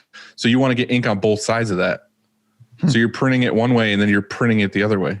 Yeah, it makes sense. It sounds awful, but it's a towel. So, I mean, we don't really print many towels. So Dylan, I've never done it, but it does exist. He wins for the first time. He's got to win. Put something in the win column for Dylan. Big old dildo. I'll take it. No, I don't. Did you have any shop hacks or tips yourself? Well, you guys already took one of my shop hacks. I think you know which one it was. But the tags? Yeah, the tags. So that was the tag. Dude, that's a good one. That one blew up. Which one? The pocket palette. the pocket. Is it called a pocket palette? Yeah, I think it's the print pockets on the press, and you just move it along. I love it. I love that idea. We use it. It works really good. So basically, you have the palette, then you have this little pocket clamp that like screws onto the actual palette, and then so when you make a screen for tags, like your screen printing tags, you just do like you would before, but now you don't have to loosen the clamps on the press and move the screen over. You just literally loosen the little knob on the pocket thing and slide it over. So if you have a palette that you just mark on it where you slide it over each time, it's super fast, super easy to go through and do all. Speaking of pocket printing, we have a code here if a shirt comes through and it has pockets on it, and it is MFP. You know what that stands for? Motherfucking pocket. Motherfucking pocket. Are you not? You don't like the pocket prints? I do not like pocket prints. Why not? And or what's worse is that you have, hey, I want 50 shirts with pockets and 50 shirts without pockets. And so yeah, that does suck. Yeah, that's annoying. Yeah. Yeah. So how do you do your pocket now? Do you put it over the sleeve palette? sleeve palette, yeah. That's what we do now. So that means you got to change palettes Yeah. which we try to coordinate with other jobs, at this. We've been using, before this, we were using our regular tapered sleeve palette where it goes from 4 to 6 or whatever. And we were having issues where we were like stretching pockets or whatever. It wasn't the greatest. But then we got those easy sleeve palettes from Action, and the ends of them are only like maybe 4 inches wide, but they also have the slight point at the end, like the inside of a pocket. So they slide over like so nice. So we literally haven't had any issues with pockets since we got those either. I've been meaning to follow you up. I know you were going back and forth with them on that and trying to get the thickness right and all that. Yeah, we went through like 4 revisions, and now it's like I think it's good. It's did they name it after you, or? That they should have. I mean, but no, I like it a lot. It's good. There is a couple little weird things about it. You just got to keep an eye on. I feel like they can tweak or they can bend or whatever, but as long as you take care of them, I mean, you're not beating the piss out of them. Yeah. Problem is it's a dual sleeve palette, and you're expecting the very end of that material to keep them perfectly straight and everything. So if you're fucking scrubbing the shit and you're jumping up and down on it, you're liable to bend one of the arms down slightly. Yeah. So it's just, like I said, with that kind of stuff, it's just taking care of it and being cautious and stuff. So yeah. I don't know. We'll see after a couple of years of use. I mean, we've only had them for, 6-8 months now. So we'll see how it goes. All right, Dylan. Were you ready for quick takes? Yeah, I've taken over your podcast with all my ranting and raving. I love it. That was good. You have such a soothing voice. Yeah. All right, let's do quick takes. Speaking of taking over, I had another. It's not a quick take, but it's one of these things. I'm sure we've all come across it. But here I am ranting and raving about email and what you should do. But way back when we first started, we were set up at Bamboozle Music Festival, and back then, Rocket Clothing was like. They were doing the coolest belt prints. To this day, I don't even know what a belt print is, but it was all over. It was a zombie face, and it was a belt print. And I walked up to the guy, and I was like, hey, man, how'd you do it? How do you do this crazy all-over print? He goes, a chef doesn't give away his secret or something like that, I was like, all right, fair enough. He's like, oh, you have a shop? I go, yeah, I got a shop. We got a manual. He goes, listen, man, and I'm nothing burgers. I'm eating Taco Bell. I'm paying myself $200 for the first 5 years, a month or something crazy. He's like, listen, go out, buy an automatic press. Just get one. It's like a car. You just put the down payment on it, go and get it. I was like, this fucking guy doesn't know shit. Manuals, the way to go. We'll never go auto. He doesn't know. Anyway, fast forward, we got our first auto. I'm like, I should have listened to that guy 7 years ago. What the hell have we been doing? And I think what we didn't realize too is it is a different beast, and the printing it's just a different style of printing. It's different. Right. It's a tool. Yeah, you can't move the screen with your stomach like we used to on the manuals. And well, you were also using one palette. Well, right, exactly. Hey, you weren't using rubber on your pallets. Yeah. So watch it. It's one set of pallets. It's the youth set of pallets that we barely ever use. That's weird. Look at him still defending it today. I know. Whatever. All right. Do you have your quick takes out? Yeah. Yep. Why is my phone going off? Hold on. Best recent read. Do you read, Tony, or do you audiobook? Or do you not at all? A lot of podcasts, like an unhealthy amount of podcasts. All right. Well, give me your top 2. Well, I do read too, but my current podcast, I like the classics, This American Life, Snap Judgment, Radio Lab. We used to do the Printing for the Lore podcast, so I used to listen to that one a lot. There's a bunch of there's an endless list of podcasts. And then as far as books, someone just gave me this book, and I'm going to butcher the name. It's like a Japanese word, but it's like ikikaki or something like that. But it's kind of like it's kind of like in the Stoic philosophy realm of like finding balance in life and how to live a long life and live a healthy life, work-life balance type stuff. And, they followed a bunch of centurions, 100 people that are 100 years old and over. Whoa. They follow them in Japan and on these islands and they go through their diets and they go through kind of how they live their life and staying active. And so that was pretty good. There's been a bunch of these like kind of profit business books. So like the Malcolm Gladwell stuff. So, well, we have a book club, and I heard. we're curious as to what people are reading now, because we don't have all the books picked out. And we had our first book club meetup on Thursday. We have 90. I can't remember the number. There's 90 some people that signed up for the book club. And then we had a meeting, and I want to say there was 15 or so on the Zoom call because, not everybody's going to be able to make the time. Right. We also gave out the time like 4 days beforehand. Everybody had to have it read. True. What's the book? That book was Never Split the Difference. It was a book about negotiating. This next book that we announced last Thursday, the next book is Green Lights by Matthew McConaughey. And I've read almost half at this point. Wow. And I haven't even bought it yet. Well, it's not February yet. Yeah, it's January 31st. You can't give me shit until tomorrow. Got to buy it tomorrow. But I don't know. I said it. I put the bookmark in after I was done reading today before I came out here, and I said, that's a good book, man. It's I really like it so far. Next quick take. How do you prepare your tea?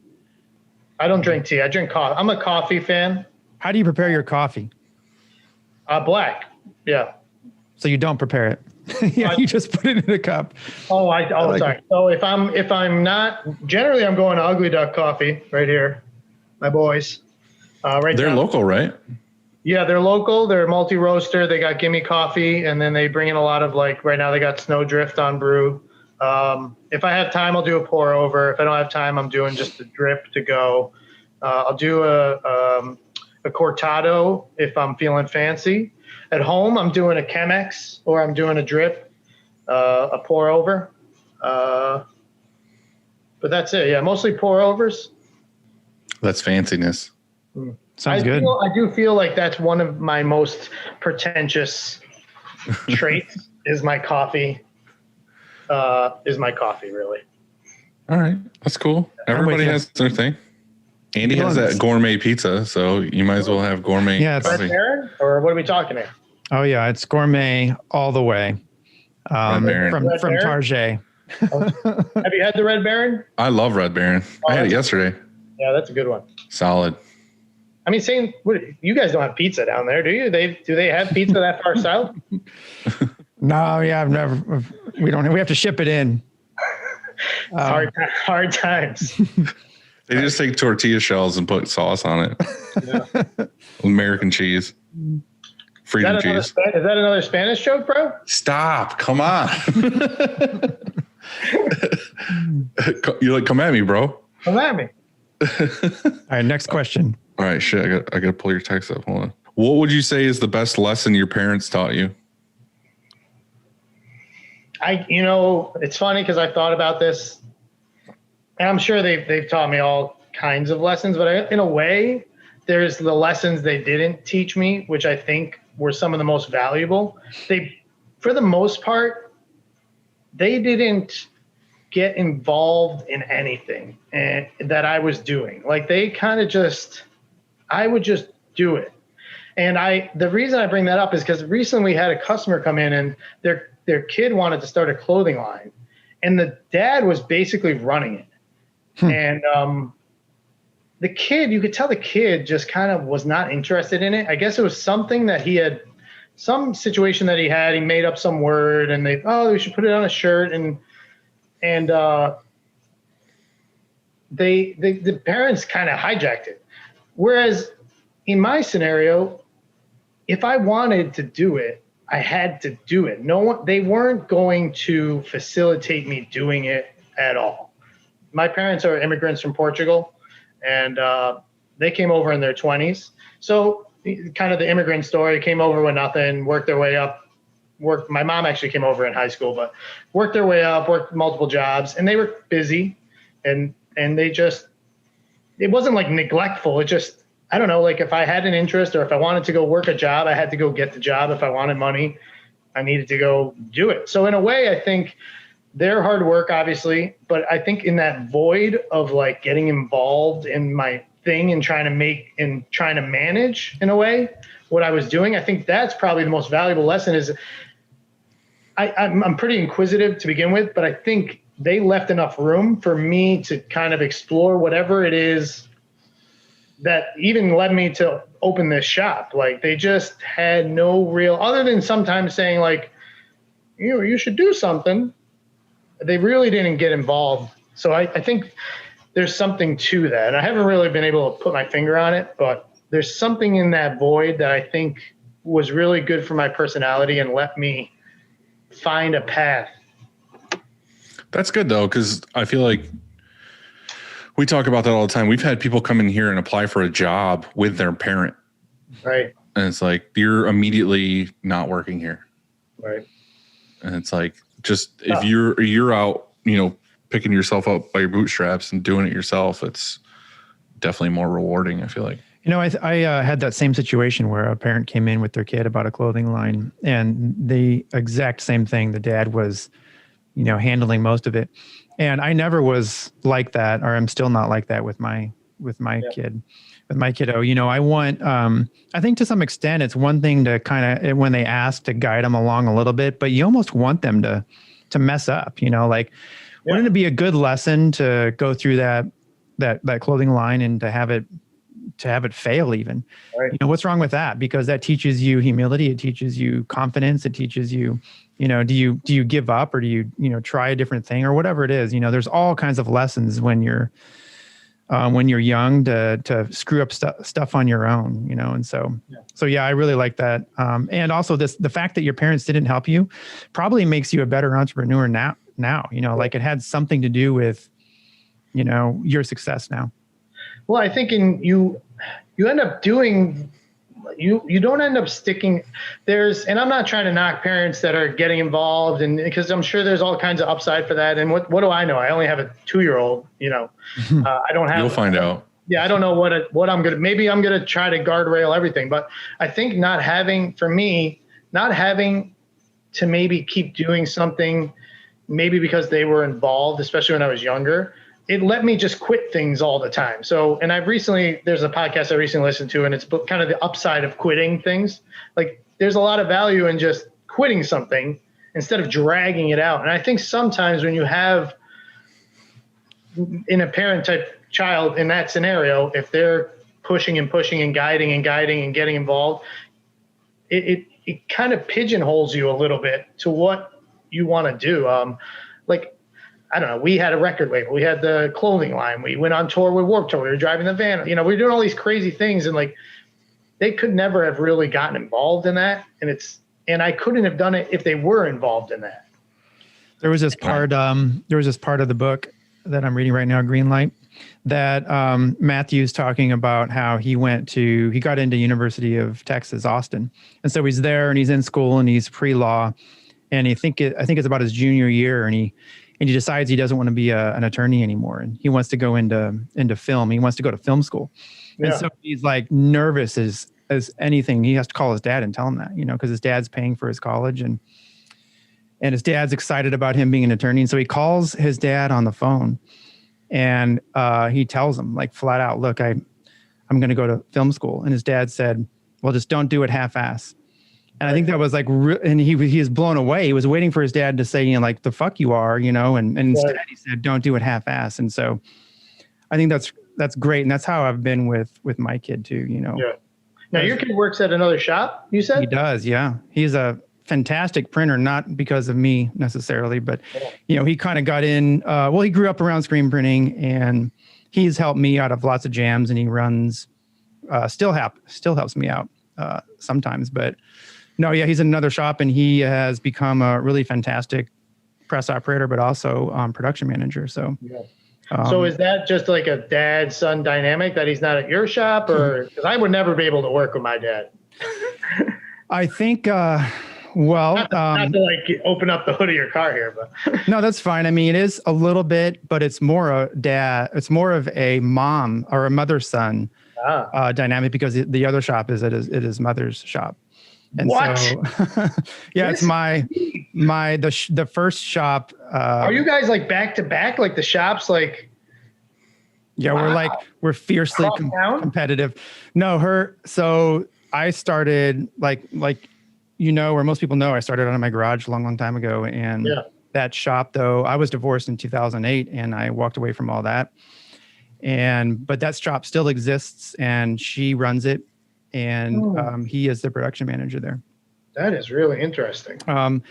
I've tried a couple of times I've thought about, I should say, a couple of times to, you know, for him to work here full time, but then I think she would probably have me killed or something. Like, there's just no way.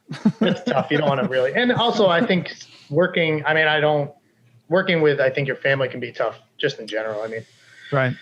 I think sometimes that I see it all the time on that show, The Profit, where it's like the dad's working with the son, and like they just forget that there is still a business environment, that you need to act on some level a certain way.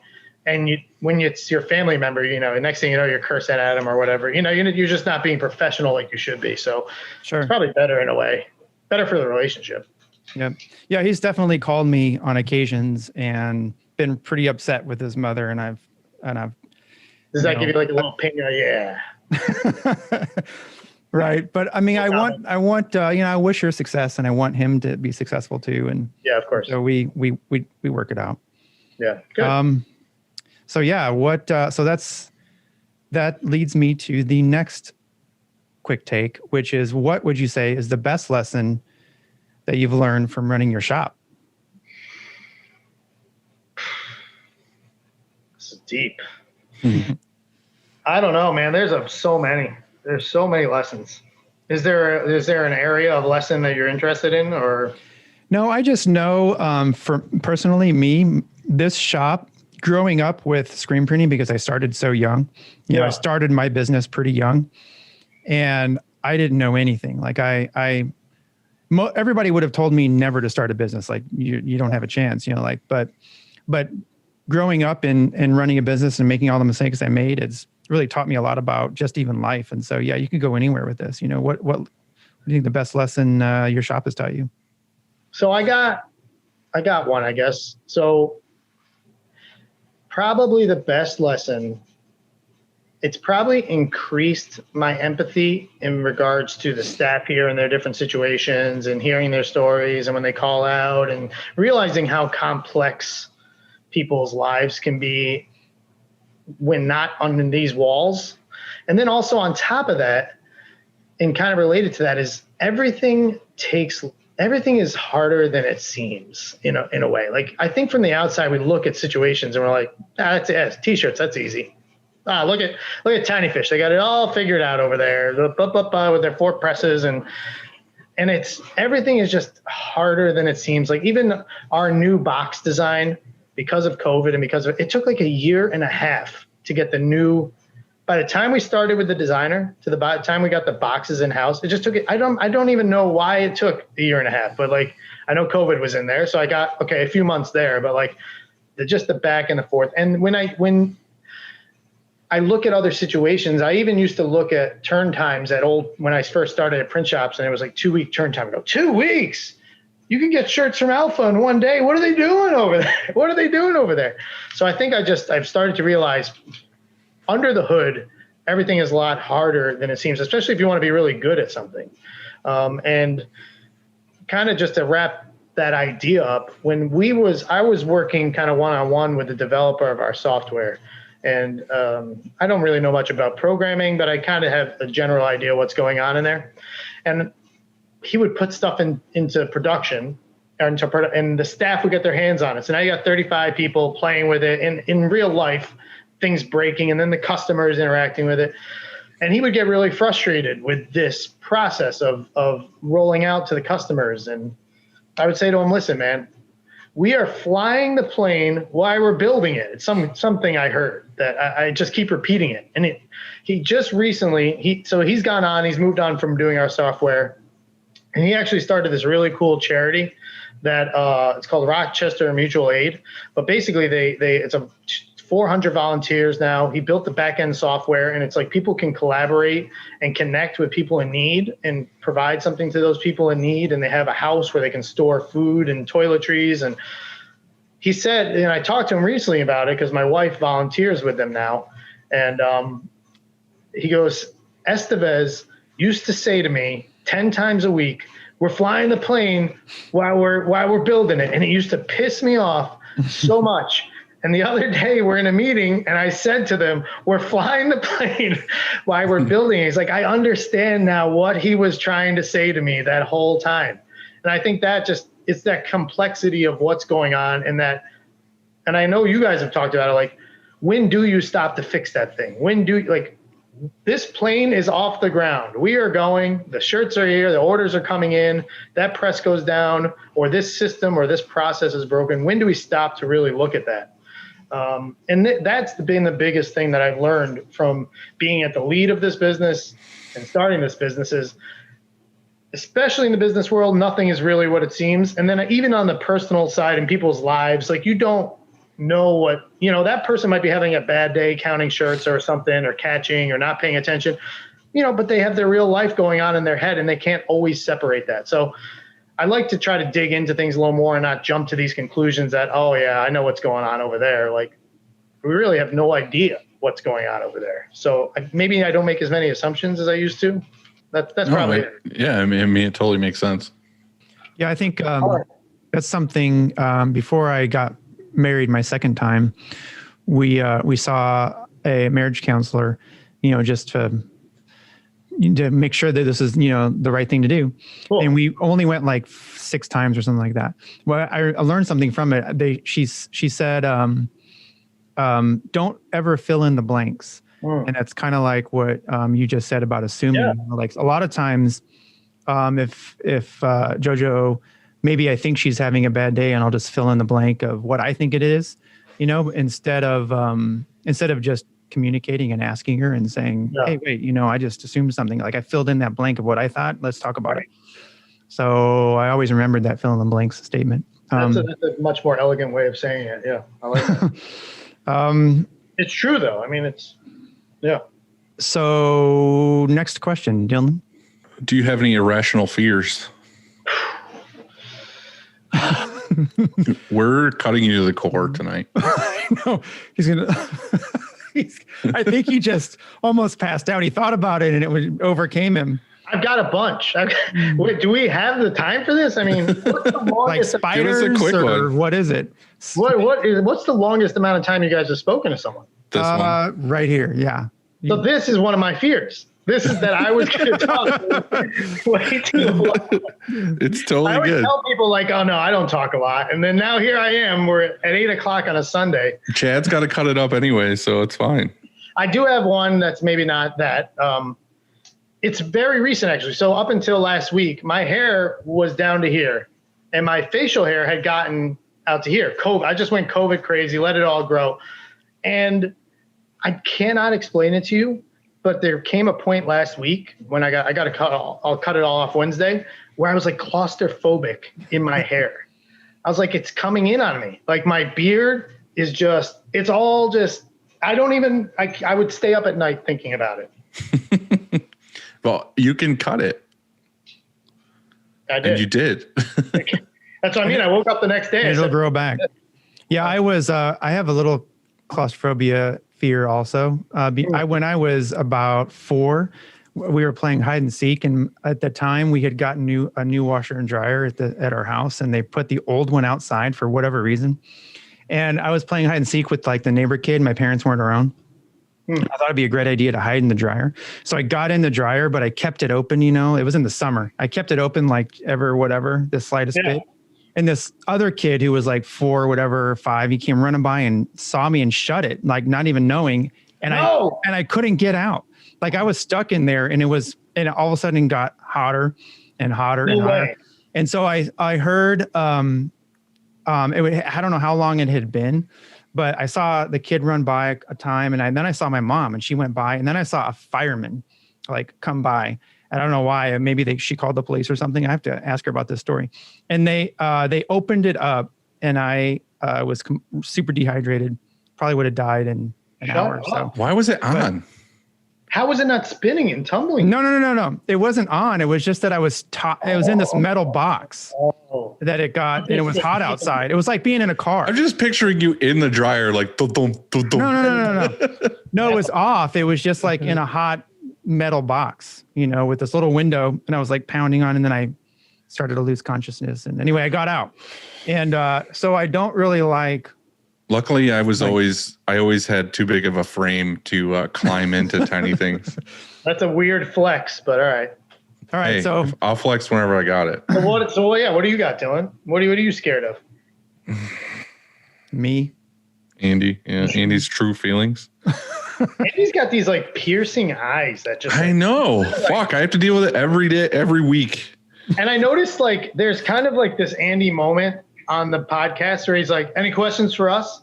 And to me, that's his like, "We're done with this conversation." And it's you know what Andy does? Let's talk about Andy while he's right here. You know what Andy does that really fucking bugs me is we'll be talking about something on the phone, and it'll be like, like if we were having a conversation, at the end of the conversation, we'd be like, "All right, man, well, I'll talk to you later," and we'll be like, "All right, you have a good night too," and like all this other stuff. He could get his point across knowing that he said what he was going to do. Right at the end of it, he could just goes, "Bye," and he hangs up the phone. He never finishes or lets me say like, "All right, man, I'll see you later." It's just like, "Hey, yeah, we got to do this thing, and sounds good. All right, bye," and he like hangs up the phone. It's just. Well, the Seinfeld. I don't know if you watch it. There's an episode where George he like says the funniest thing in a board meeting or whatever. Everybody's laughing, and he's like, "All right, that's it. I'm out." I'm out. So that's what I do. I try to. That's great. You got to leave on that. All right, bye. I just dread that moment. I've been dreading it since we got on. I'm like, when is Andy going to say, "You got any questions for us?" Well, I'm told we're supposed to keep this at a certain time limit, and I don't care. I guess I want to let it roll. What is the time limit? Does somebody want to listen to us for? Yeah, but that's not going to happen. Maybe it's not going to happen. We could talk for 5 hours, and Chad's going to cut it down to an hour and 45 minutes. I want to be the first episode with bonus feature. Well, yeah, this is. It's definitely going to be the first episode with boner feature. Hello. Yeah, what's your fear? Have you figured it out yet? I don't know, really. Sasquatches? No, I want to meet one. I have had the fear of seeing one in the woods, but I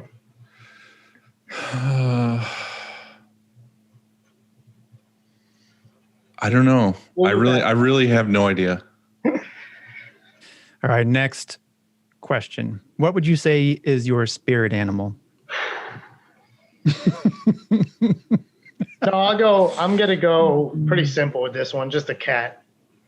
We have a shop cat. We call him Bodega. He has his own Instagram, the shop cat at Instagram, the shop cat, I think it. We found him at the corner store at the Bodega, and he was bitten by some dog or something. So we brought him in, cleaned him up, kept him in quarantine for a bit, make sure he didn't have rabies. And then that's it. And I have a home cat. I've always had cats. So I think I'm kind of like a cat. So spirit animal, cat. And if we want to get fancy with it, some sort of leopard cat, tiger cat. Leopard cat? Yeah, leopard cat. Let's go with leopard cat. Anytime I see like a leopard print on anything anymore, I'm going to send it to you. Ooh. All right. Oh, that was the last one. We didn't find out what Dylan's spirit animal was. Yeah. The Sasquatch. That's easy one. All right. How about you? That's just me with no clothes on. Easily mistaken. Well, what are you, Irish or something? What are you? What are you? Yeah. Some sort of Italian. My last name's Gilligan. Gilligan. Yeah. So I got the hairy breed. I got the red beard that I have to trim every day. Yeah. The Nordic beard. Yeah. What's for dinner? Probably tonight I'll do some Chinese. Recently I've been on an Indian kick lately. My wife, I actually, for my wife's birthday, I purchased her this cookbook called Dishwork, or Dish Room rather. And it's kind of like a tour of India and a cookbook. And we've been doing a lot of the stuff out of that. So kind of tonight I'll probably do Chinese on the way home because it's getting late. But I've been doing a lot of Indian food. I love it. I have a funny story, and I don't really care if it's out there. The guy that we had to, I've talked about this in a bunch of podcasts, the guy that we had to let go basically because he had like toxic attitude and behavior and stuff. He worked here for like 7 years or whatever. And one of the days we were working late and I was like, oh, I'm going to get some Chinese food. What do you want? He's like, what do you mean? I was like, what do you want? I was like, you want Chinese food? He was like, yeah, just order me Chinese food. And I was like, yeah, but what do you want? Like, it's a culture. They have lots of options. Right. He's like, what do you mean? I was like, what do you mean? What do you mean? And he thought that you just called the Chinese restaurant and said, give me Chinese food. Because his whole life, his parents got Chinese food, but they only ever got like the 4 containers of like, like chicken fried rice and, noodles and all this other stuff. So he thought you literally just ordered Chinese food and they brought you those 4 options. He's not living. He is not living that way. So anytime I hear Chinese food, I just immediately think of, just Chinese food. Yeah. Like the regular Chinese food. That's a new one. Andy, what are you eating? I'm gonna make that white chili. I guess. Chili. What's in white chili? So it's just white kidney beans instead of red. Can of corn. The Tabasco, not Tabasco. What's the hot sauce? Maybe it is Tabasco, but it's green. The jalapeno one. It's a little bit milder. Yeah. Can of green chilies, and then some sausage. A tire. What's that? I thought you were veggie. No. No. He just puts off those vibes. Then a whole what do you call it? Quart of chicken broth, and then a brick of cream cheese. I'm thrown at the cream cheese there. Yeah, it's what makes it white. You had me until the cream cheese. Yeah, you wouldn't think it's just sort of like what makes it creamy. That's why he has diarrhea every 5 minutes. Well, that sounds more like a mac salad or a stroganoff or something. I don't even know what that is. No pasta. There's no pasta in there. Yeah, I remember the recipes. I've got this on Instagram because that's where I saw it. Yes, please. I'll send it to you. I'm a veg, so I don't do any meat, but well, yeah, you could do that without. Actually, I had carrots. Like I took, so you can do whatever. Like you can make your own. Like with chili, you can kind of do your own thing, right? And so, what I did with that is I added carrots. I think that's all. But carrots are a good substitute sometimes. Yeah. Yeah, I love cooked carrots. One of my favorites. All right, Dylan, did you say it? I'm sorry if I forgot. I was paying attention if you did. I had a giant Wegman sub right before I came here, so I don't know if I'm going to eat or not. Tony knows. Well, if you're not getting meat on your sub. Wegmans got rid of the portobello mushroom cutlet, which really rocked my world, quite honestly. But yeah, I didn't have that. I had the most meat sandwich. Meat lovers. I just get a 14-inch seated with double turkey. So as much turkey that they can fit on it as possible. That's what I get. That's the way to do it. Yeah. Well, hey man, we appreciate you coming on. Whoa. What's for dinner is the last question. That was too fast, man. You caught him by surprise. I'm sorry. Caught him off guard. The problem, all right. You can keep going. The problem I'm having right now is I gave you guys so much shit for getting up, but I have to piss so fucking bad right now. Diarrhea. Oh, I Just see. get up. Not Just get up, diarrhea. Actual urine. I'm going to fill this Gold Peak bottle, and it's actually going to be gold. Do you have your Tony? Do you have your phone right there with you? No. Oh, because I just sent you the recipe. Okay. I'll I check might it have out. forgot something else. If you hit more on it, it'll show you Moron. like the stuff. It actually she puts down what there is in it. And I was right. It's 1 tablespoon of green Tabasco. So the green Tabasco is a little milder. Yeah, that's the jalapeno one, I believe. Mm-hmm. So anyway, don't put chicken in there. Just put some carrots, or don't put. I like the corn fake chicken. That's good stuff. But I know you guys need to go. So I just have a couple other things on my list. I just wanted to go ahead. One, do you guys use Front email? What is Front that? No, however, I did look into it for a minute, and I would really love it. Does it? So, but I wanted it to be I wanted it to be a plugin into Outlook, but I think it takes you away from Outlook, right? Yeah, you take Outlook, you gone. We use Front. It goes on top of Gmail, but it's I love it because I mean, all right. So we had a situation, or not situation, but I go on vacation. My customers don't care that I'm on vacation. They don't want to get my vacation away message. Right. Not only that, Jeff or Sandy or John or whoever's in the front office or Mike, they need to get into my email and see my customers, and vice versa for all the other team members. So what's nice about Front is I can set access right on the side panel. We can all jump into each other's emails. I can, with one button, I can assign my emails over to Jeff or to John. We can search. And not only that, I can also block people from being in my email, even though I can get into their email. So I might not necessarily want I'll maybe have our sales manager in my email, but I don't necessarily want the new person in my email. So it allows for that level of flexibility, which is awesome. On top of that, I open up, a sales rep opens up an email, starts talking to a customer. Customer asks them a question that the sales rep doesn't know. Underneath that email, they can tag me. Tony, can you help me with this? Now we can have a conversation on that email, under that email. Yeah, I like that a lot.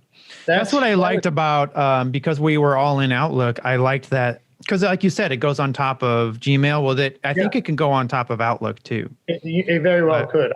Yeah. And so I need to look into it again. I started to pry a little bit into it on, maybe it was like 3-4 months ago. Like maybe it was the summer. I'm not sure. Yeah, and then I gave up because it took us away from Outlook, and maybe I should just finally do that. We really needed it. It really helped consolidate everything. I was really hesitant because of the cost of it and all this and going back and forth about it. One day, I mean, I probably investigated all the different Zendesk and this thing and that thing, and I didn't like the ticketing systems. I just wanted a fancier email. And this really allows for the timed snoozes. And there were ways that you can amend Gmail to do all these things, but it was all in here. It was all done. So someone writes me, I write them back. I can snooze it. It'll remind me in a year. It'll remind me in 6 months. It'll remind me in 2 weeks. We finish a job. We can snooze it. So we remember to follow up with the customer after a month later and say, hey, how was your project? Was everything good? And it's just, it adds all those little extra tools right on top of the Gmail functionality that we come to love, the autocomplete, all that stuff. It's slick. The app is I was slick. talking to another shop, Steven at Campus Inc., and he said he uses Front. Somebody else also The king brought of all up apps. he is the king of all apps. Somebody else brought up Missive. Have you heard of that? No. Which is a lot like Front. And there was another one. All right, you guys keep talking. I have to piss. Yes, we got him, baby. We broke him. Finally. I have really bad diarrhea right now, guys. I'll be back. I'm sorry. I've waited up during the podcast. I had to wait 34 episodes or whatever one this is. Maybe Boom! 35th, whatever this one is. I'm literally gonna piss my pants if I don't get up. Yeah, we don't care. Woo! This I'm pumped. I'm jazzed. I'm not backing out now. Suck it. I'm staying. That Coca-Cola just hit me. I'm ready for another hour, baby. I'm good. Cool. Yeah, you have a few more questions, right? Yeah, go ahead. How'd you pay? Go. Like 10 more? I'm glad this chair's yellow. Keep going. You only hit half of this book. I'm ready. Have this book. I'm trying to find the name. Not G Suite. Hold on. Watch it just actually be called Front. The same thing. No, Lindsay, I don't know. Lindsay, my wife, just texted me and it said, ask Tony how his white floors are doing and if it's a good idea to have white floors. I love it. It's a great idea. You know how many shirt orders we get because of the white floors? I believe it. I had a guy driving by 4 streets over. He goes, I don't know what this light is coming from this area, but I had to come see this. It's like a reflection. He came in, he saw the floors. He said, I don't even need shirts, but I'm ordering shirts because of this floor. Right. You got to order shirts from a company so ballsy to have white floors. It's like having white carpet at your house. Oh, that's danger. Woo! We got rid of all carpet. Now we've gone on to stuff that's really boring, right? Like we don't have carpet. You know where we have carpet at our house? One room, and that's in the basement in our kiddos. And then in our master closet, everywhere else, no carpet. Yeah, carpet. You got to get rid of it. Yeah, Get rid of that the carpet. sucks. All right. Next note. We're talking about carpet, guys. Yeah. So we want to talk about plantar fasciitis. That's really fun. No. Yeah. Dude, I have a friend that is obsessed with plantar fasciitis. I can't believe you just. All right. I'm going to take a piss. Yeah, let's hear it. So plantar fasciitis is He's obsessed. I've heard about plantar fasciitis for the last good. 4 years. He's like, my plantar fasciitis is acting up. There, did it. All I had to do is mention that fucking shit and he's gone. Woo! Look at that. All right. We had it. We were close and then he tried to power through and then the plantar fasciitis got him. I love it. Thank you. This is what I live for. Well, Here we are. here we are. I know we've never really talked. It seems like we have on Instagram, or I think we message each other a few times. Ships in the night. Ships in the night, my friend. Yeah. But I Well, know, it's hard because I used to be on the Instagram all the time, and you guys are crushing it. Dylan's crushing it. Our marketing person stepped down during COVID. They've taken a reduced role, still in the shop, and they're doing a great job, and it's better fit for them, honestly. But since then, we just haven't gotten we haven't hired anyone else yet. We just fell off of our Instagram, fell off of everything. It's like trying to learn how to be dad now and do the shop. And it's like, okay. And then not knowing what's going to go on with COVID. Do we really want to rush and hire someone? So anyway, but yeah, it's, I'm not on there as much as I should be. I know, but that's the only place you and I have really ever discussed anything, really. I could say the same thing. I mean, I should be on there more, but I kind of fell off too. I felt maybe not so much with our story, but I fell off with the posting and stuff. And so, I get wrapped up in my day and then sometimes I just want to go home. This whole COVID thing has really changed, I think, for a lot of people. Yeah. Like you just said too, as far as hiring, we need to hire probably 3 people, but sort of are hesitant. Plus, there's not like we used to have such a great pool of people. I mean, we'd always get people applying here, but that really doesn't happen much. I see an application a month, maybe, where I used to see one every week. Yeah, there he's got the Coke. Have you heard about Coke, Coffee Coke? I saw 3 different flavors. Well, listen, guys, you got any questions for me? I'm all done. Thanks. Perfect. It was such a glorious piss too. I'm so glad I did like it. That. Yeah, we're good. We accomplished our goal. I do have a question for my boy Andy here. So, as a person that avidly stalks your Instagram, I actually have an algorithm written. So, not an algorithm, that's a little fancy, but someone that takes the posts, brings them into an Excel sheet for me so that I can print them out because I don't use the internet because I'm a boomer. And I print them out and I read them on a piece of paper. But that's neither here nor there. So, long time ago, you posted a post and it was like, rising tide rises all ships. And it was a whole story about some secret method you guys have come across for printing on hoodies without a revolver preheat. And then the post got deleted without any resolution. And I'm like, this guy is keeping his secrets. What was the secret? You guys can cut it out, but to this day, I'm like, what was the secret? I was asked to take that post down. From who? Because I think I shared it and it had the customer didn't want it. Really? Didn't want it shared yet. Like, I think I screwed up. Like, I released something that they were going to release. I didn't realize it. I do that. What was that though? That was, and I didn't want to take that down because I loved it. Like, I loved where we were with that, that rising tide. Commenting at everyone's like, I know. And then I had to take it down. But it was, what was it that it was? It was a hoodie. It was some method of printing hoodies without a preheat cycle. Do you guys preheat? He's basically asking why don't you preheat and how do you get away without preheating for hoodies? I don't remember it being that. It was something else. It was the print. Do you preheat your hoodies? Oh, but to answer that question, we do preheat hoodies. And I have a hothead ordered because Dylan has assured me that that's way better. We have a hothead as well. Did you get yours working?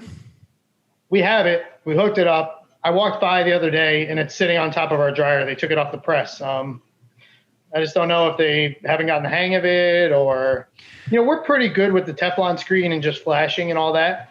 And I don't know what happened. I don't know. I thought it was giving pretty good results, but I guess they were having issues with it sticking or maybe they were having some other issue and that was the newest addition to the press. So maybe they just thought that was the problem. I don't really know, but it's sitting on top of our dryer right now. So at some point I'm going to have to get back. It sat in a box for over a year because of COVID. And then it got on the press and it made it for about 3 weeks. And now it's sitting on top in a box on top of the dryer. I feel like a lot of people try to tweak with like pressures and speed and what the temperature should be at and all that stuff. But oh, I kind of remember what that was. Maybe we're talking about different posts, but we had combined embroidery and screen printing on it. And it was like something that we had to get just right, to work out. And it's so rising tide raises all ships meant that our screen printing, our embroidery and the customer, everybody, we ended up like benefiting from it. I think that, but if it was a different post and it had to do with preheating hoodies, we preheat hoodies because we wanted, just like you probably do the same thing. We want it to expand and do its thing before we actually start hitting it with some ink. And also it just flows. We started preheating hoodies before we had thin thread. And so, which was way harder to put down your underbase, let's say. And so, but now that we have thin thread, it's incredibly easier, but we still preheat most of the time. There are occasions where we can't because it's just, but we'll end up unfortunately we'll end up with another revolution, which you hate to say, just a preheat revolution. Like we actually program that in sometimes, just the first revolution's a preheat, if we can't, in other words, if we can't put the first white after the first flash. So yeah, I think that answered your question. We mostly preheat. One of our printers does not preheat his hoodies, and most of the time he doesn't actually have a problem with it. It'll white flash, then come around and do whatever he's going to do on it. When he came from New Buffalo when they shut down, so he was in that big production environment. How do you feel about that? Where you have a standard, that you train in on, and that, let's say you have 4 presses and you have 3 of your presses. They give up on.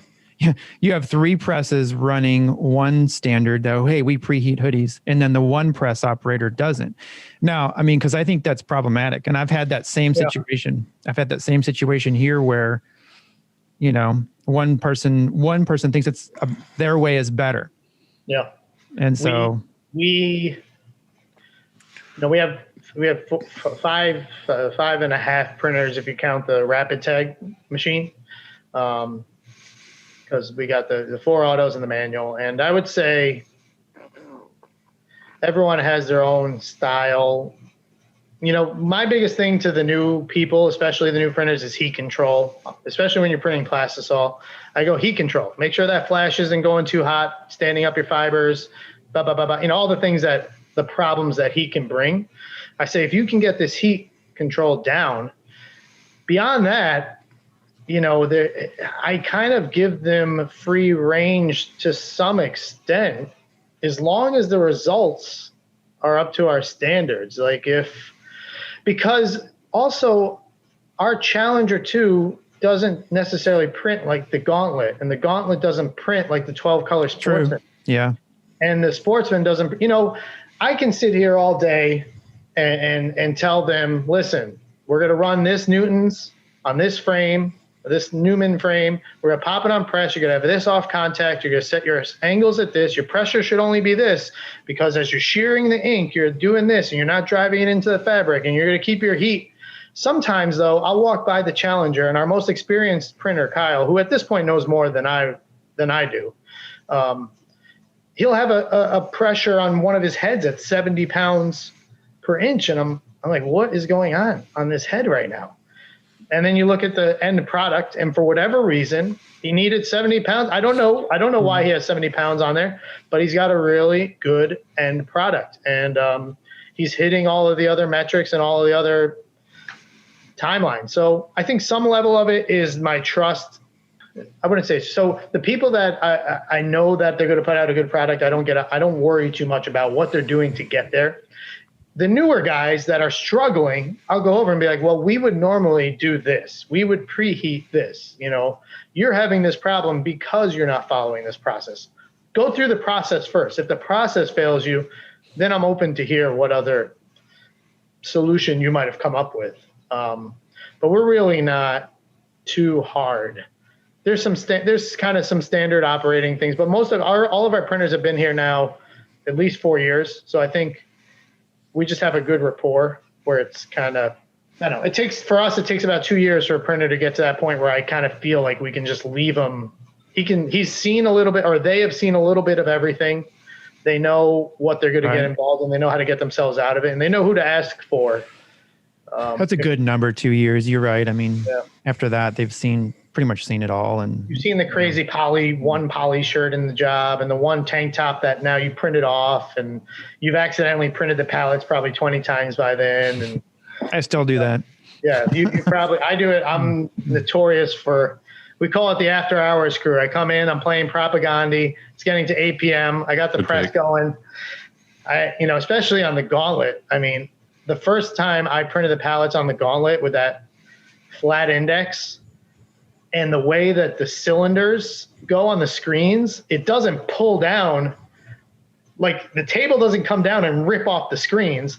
The screens stayed stuck on like 6 of the screens that I had on this like 14 color job. And I had maybe like 30 shirts, and it was always when I had unfinished gluing, I'd hit that button once too many times.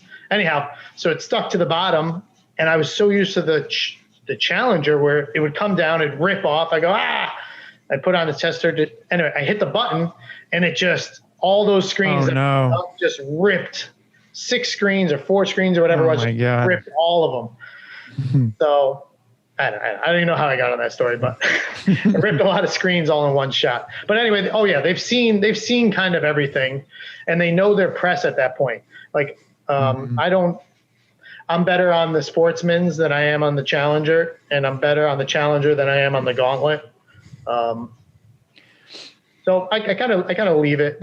There's other processes in the shop where we're a little stickier, especially with our order taking and the way our mock-ups come in and the color folder they're in, and making sure reprints are put in as reprints so we can track how many reprints we have and for what reason, and if it's a reprint versus a reorder. So make sure those are in differently. All those kind of, at the front end of the transaction is way more standardized than I think once it actually gets to the press.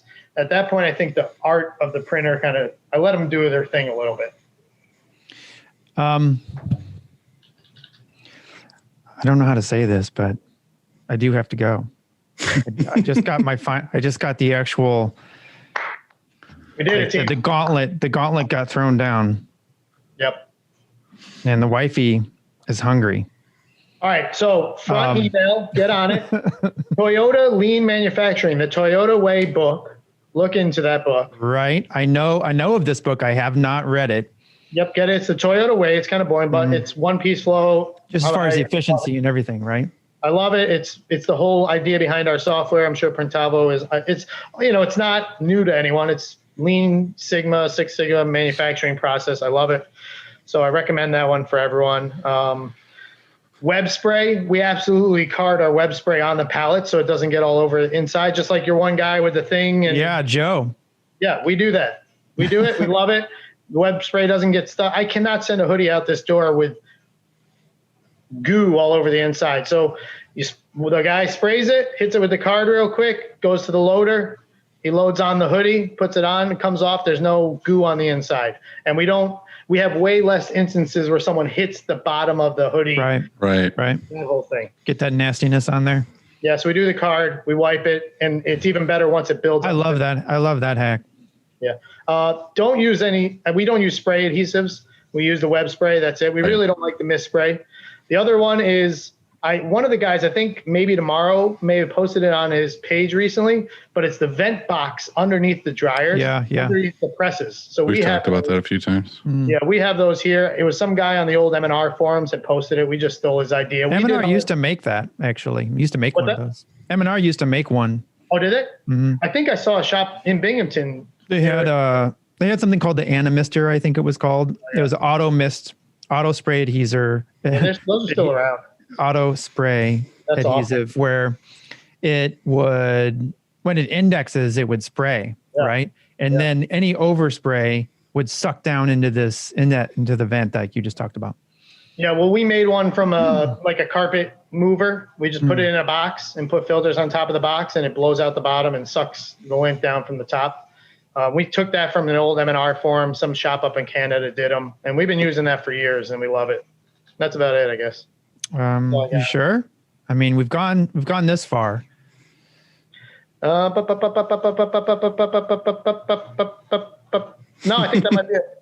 think that might be it.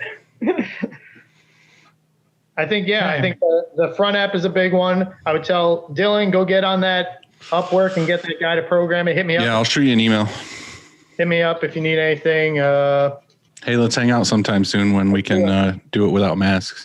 Yeah, I'm down. You guys been wearing masks in your shop? Everyone wearing masks? No. Or not. No. Customer facing, yes. In production, not as much. Yeah, we're all masked up in here all day.